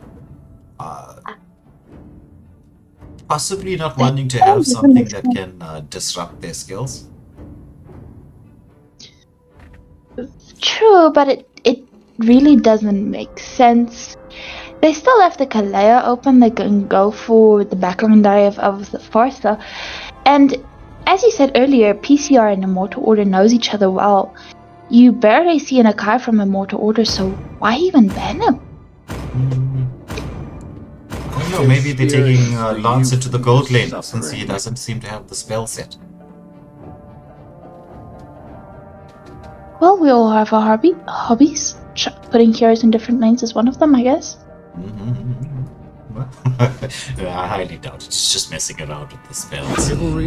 And so Fury this time saying, alright, you had Clint last game, I'm picking up Clint this game. Clint is one of those marksmen that he's like butter. He goes with against everything, you know, in every sort of composition. There's no real marksman that can overly deal with him, like, you know how you get hard counters to certain heroes.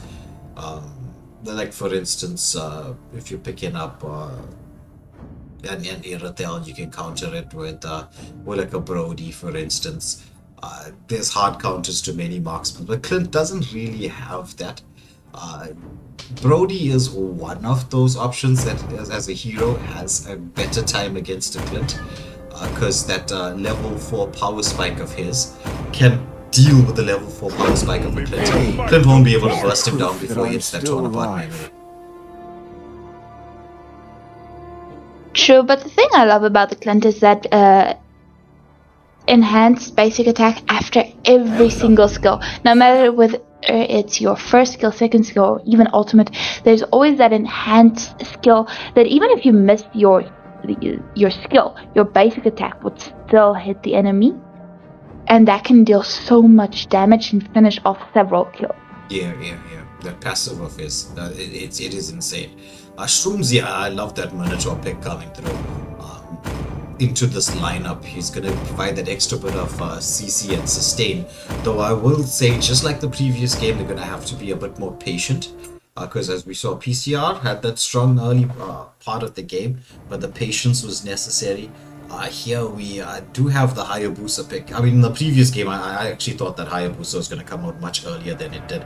But right now, we get to see that Hayabusa, perfect counter to the Xavier. I think the side of PCR realized that Angelic Fury in the backline was just dishing out mad damage from range. Best to be able to take the mage out of the equation. And Hayabusa is a counter to pretty much all assassins. Or maybe Lance is one of those heroes you could say, yes, because he has that ability to cancel the ultimate with his second skill. But if you time it right on the Hayabusa, it's a patience game with the Hayabusa. You just gotta delay your engagement. True, very true. However, loving the Minotaur pick because even with the Shadow Kill, a Minoan Fear could protect your teammates somewhat. It's just gonna be also a patience game coming out from the side of Immortal Order. Both teams' drafts seem actually to be a bit more on equal footing this time. Yeah, but it's all gonna come down to execution. Yes. Agreed. And this one's definitely going to be one of those execute games to see what's going to happen. As the mid lane has been pressured upon here, Hayabusa with the second skill was hoping to get a bit of poke damage there onto Xavier. Minotaur just scouting out, but scouting out against a Grok is dangerous, shall I say. Tried to go for that small camp steal there. Problem with the Grok is his CC immunity during several of his skills. I don't know where it's all viable, but Clint's doing a lot of damage to Postpone Malone at the moment. Oh, nice second skill to get back to safety, but Postpone Malone is in a tough spot. His team is coming through here. He should get a heal coming in from Shubzi, though there's not going to be massive amounts of heal. Clint with the second skill poke damage and just freezing the wave, but Minotaur close by just to give Brody the opportunity to try and get some farm. There's Hayabusa. He's looking for that Brody. They don't know that he's in the bush just yet, but he wants to go in. Oh, he beats out the stun. Where did he get the shadow kill? He gets second skill. The shadow kill comes out. Oh my goodness, Reaper almost getting the first blood. Getting back to safety as well, but a lot of action happening here in the gold lane. But at the same time, some action happened here in the bottom lane, but Shrooms looks like in a bit of danger, but Kuro gotta not get caught out. Nice flicker coming out from Kuro. Yeah. There was a premature death there for Lotus, but I'm just teasing. I also thought he was dead. But Muffin gonna take the first turtle of the game all by his lonesome, managing to do so well. Hayabusa just late by 2 to 3 seconds. Yeah, it was that engagement having to recall and get back to base, heal up. Muffin taking the opportunity, seizing the advantage to get the first Lord on the map, get a little bit of a gold lead going, as Shroomsy once more giving vision, but Grok walks past him here. He's going to turn around, wants to go back into the mix. There's a feathered airstrike. Grok, he does have the ability to set that wall with a wild charge coming through, but nothing yet. Oh, Lancelot going into the mix, but it's going to be first blood going the way of PCR as they take down the Minotaur. Lance with the invade. Hayabusa has to be careful.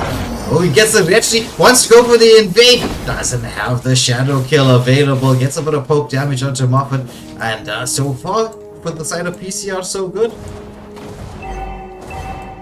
True, but despite having that one kill, the first blood advantage, Immortal Order is still ahead in 100 gold lead, but right now, at this point of time, it's not that big.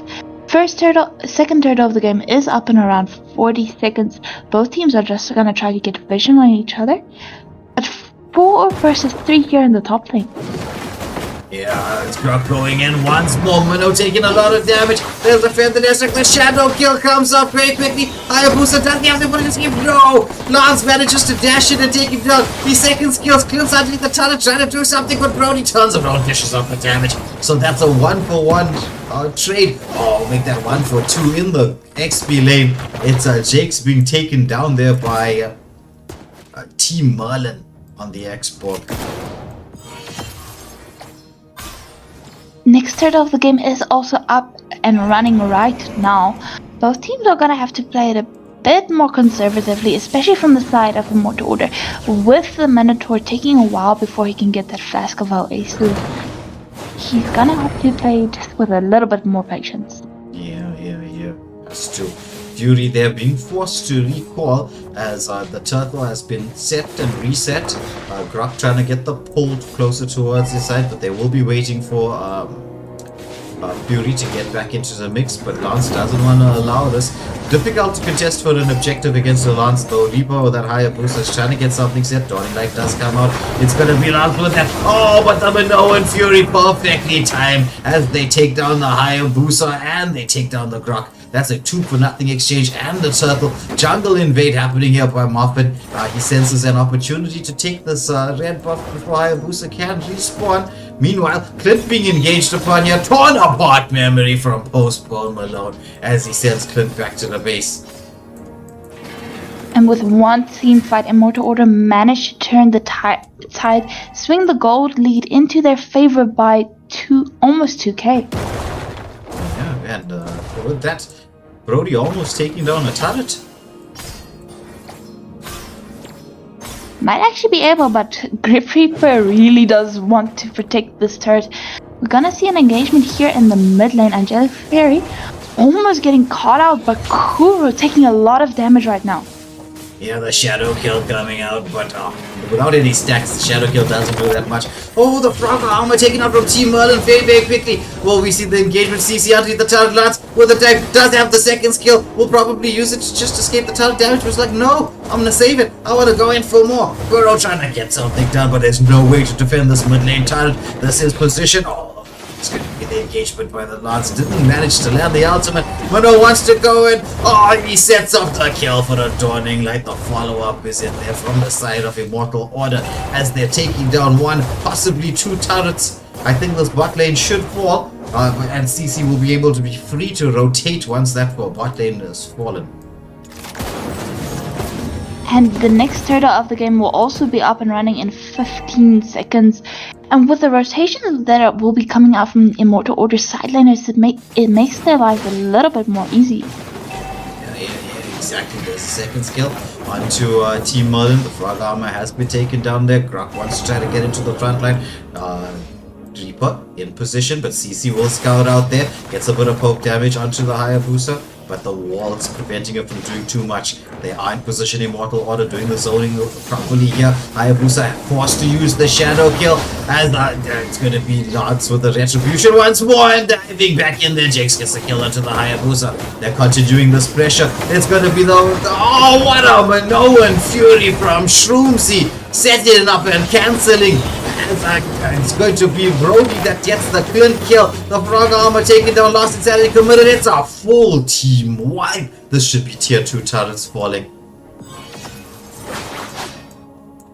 Definitely so. CC will also be able to get this tier 1 turret here in the bottom lane. The gold shield will also fall in the mid lane. Map control going fully to the favor of Immortal Order. As they switch back towards this lane freeze farming strategy here. They don't want to let Hayabusa get anywhere near his boss. Oh, but he does jump in there. However, it throws you with the red buff on the Minotaur. Minotaur is deadly with a red buff, I must say. He's just the perfect hero to get a red buff. Wouldn't want to give it 2 marks.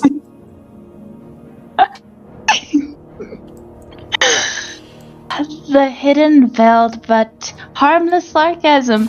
Very interesting tonight. Reaper having a bit of a difficult time going for jungle right now.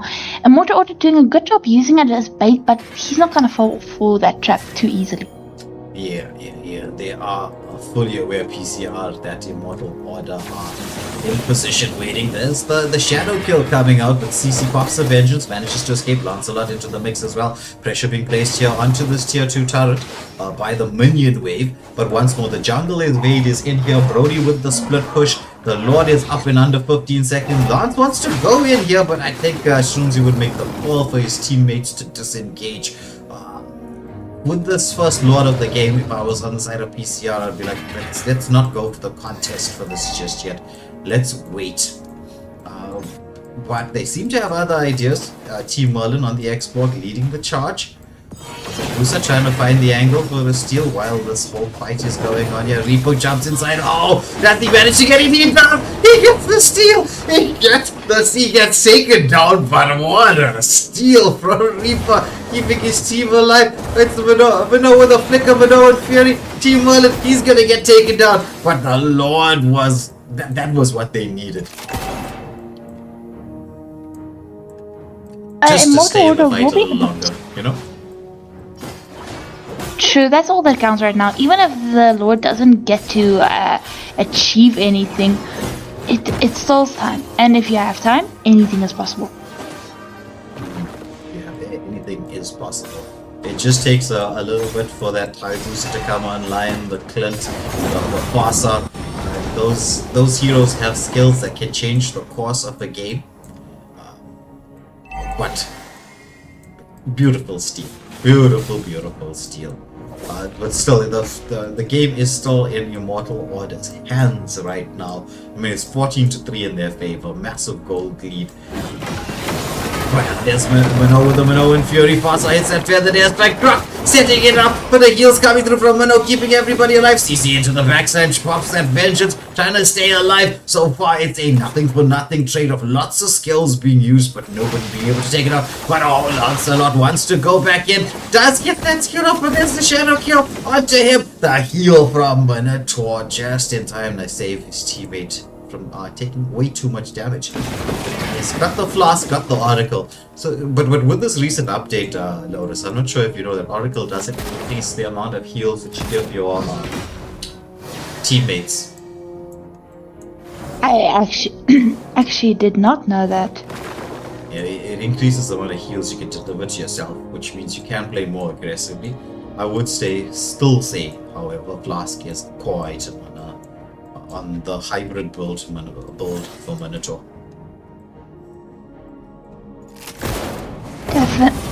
Oh my goodness, there's a frog in my throat tonight. But Reaper wanted to engage on Angelic Sphere, but she plays it safely and manages to escape quite well. Yeah, now it's going to be counter-engaged upon, get the shadow kill, but he doesn't have that second skill, so that's going to be no Hayabusa. Jake still finds the angle, wants to continue this fight. Takes a lot of damage from the Clint, does get the curtain call onto 2, but unable to really follow up. It is under the 30-second timer for this next major objective. It is the 12-minute Lord. As Immortal Order, we can see just establishing that map control. They don't want to allow the option for any amount of contest this time around. They don't want to lose a second Lord. Definitely not. And right now, they're probably gonna push the lanes just a little bit to keep PCR preoccupied. And also to keep Reaper away from any potential Lord steals. Yeah, Jake's doing a job there in the front line. There's the Lord going this way, this time around. Uncontested to the side of Immortal Order. Oh, the flicker comes out. There's Fossa with the feather dance. They glance into the back line of Minnow and Fury with a flicker. There's the follow-up in here. Drop, dishing out the damage. But Minnow, he's got that frost. There's the shadow kill. However, it's just not enough damage. They turn on, take down Reaper. It's going to be a 4-for-0 exchange and the Lord on its way. Minnow will be able to heal everybody back up.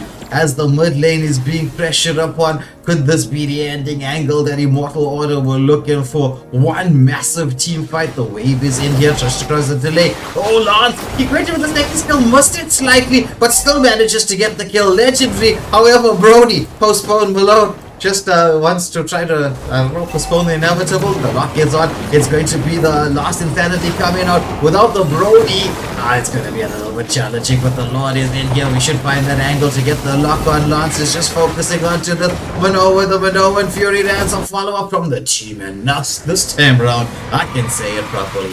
Game, set, match. Go in the way of Immortal Order as they move through to the grand stage of the Conquerors of Dawn.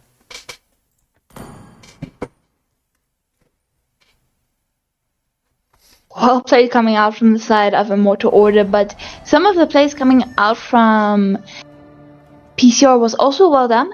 They did have that early 2 to 3 minutes advantage. Unfortunately, it changed with the second third of the match. Yeah.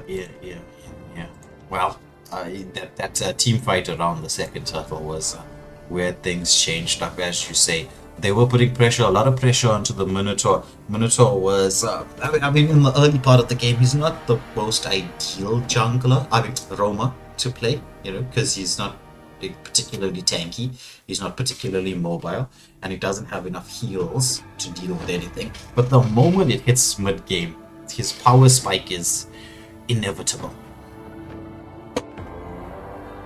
Very much so. And then the Minoan Fury is coming out, especially when in the hands of Oshunzi, that is when the enemy team is in a lot of trouble. And then naturally the sniping coming out from Angelic Fury Xavier. Yeah, well played to Immortal Order moving through. So 2 teams have qualified to get into that 16-man spot. From the wild card, it is Fnatic with a strong performance in the early game up against Z Warriors, and Immortal Order with an equally impressive performance up against PCR. So these 2 teams move on to that final stage, and the preparations for that will begin. That tournament will be starting off on the 28th of August, so there is a little bit of time before that begins. However, for tomorrow and the next day, so Saturday and Sunday, we will have a lot of teams still left to play. There's still 4 matches to go. So 4 matches to go. We have 4 teams left to select from the wild card draw. So it's not like we're gonna have no more action available for you, right? So the wild card draw, and then we'll be heading on to the main stage. It's going to be the top teams from both South Africa and Nigeria. This is a bit of an international tournament that will be facing head-to-head to see who's going to take home their share of the 10k cash prize pool. Brought to you thanks to Solar Day and Waylander Gaming, both organizations getting together, putting the money up, and sponsoring this particular tournament. And it's definitely going to be action-packed, and all the teams will definitely be putting in their best because everyone probably wants a piece of that prize pool. Yeah. Well, I'm sure everyone's thinking about how much they're going to be spending on skins if they get their share of the prize pool. They're like, all right, there's a couple of nice skins available at the Metro skins. I'm like, I want this one. So if I do this and I win that, I should be able to get the X, Y, and Z skin, That's how we gamers think. We get money and spend it all on games. There's like food second, games first. That seems to be the case. Yep. But I don't know, right? It's a tough call, right? So let me put this to you. What is your favorite meal? That's a tough one. Coronation chicken? All right, so I'm gonna put on one corner your favorite meal, and your favorite game would be Mobile Legends. Hands down. Hands down, right? So you've got your favorite meal versus your favorite game. And the choice is going to be this. You only get to pick one. The other one you have to give up for life. Mobile Legends. You're going to give up Mobile Legends, or you're picking it? No, I'm picking Mobile Legends. Interesting. Other foods exist. Other foods exist, but still, it's your favorite meal. It's a tough one. It's not like the easiest choice in the world. But anyway, on that different note, this particular caster is hungry. He hasn't eaten the whole day. He was like work, and then we jumped into the streams and we headed off into the matches. And then I got so excited I forgot that I needed to eat. And so I'm gonna have to be making supper this time in the night, Lotus. But late. You know what works well? 2-minute noodles. 2-minute noodles. Yeah, well, maybe. I should have started takeaway, right? But I also forgot about that because the excitement of the games was kind of getting to me. I was very anxious to get us started and see what the results are going to be, and so we can finalize the teams going through to the next phase, the main stage, Conquerors of Dawn.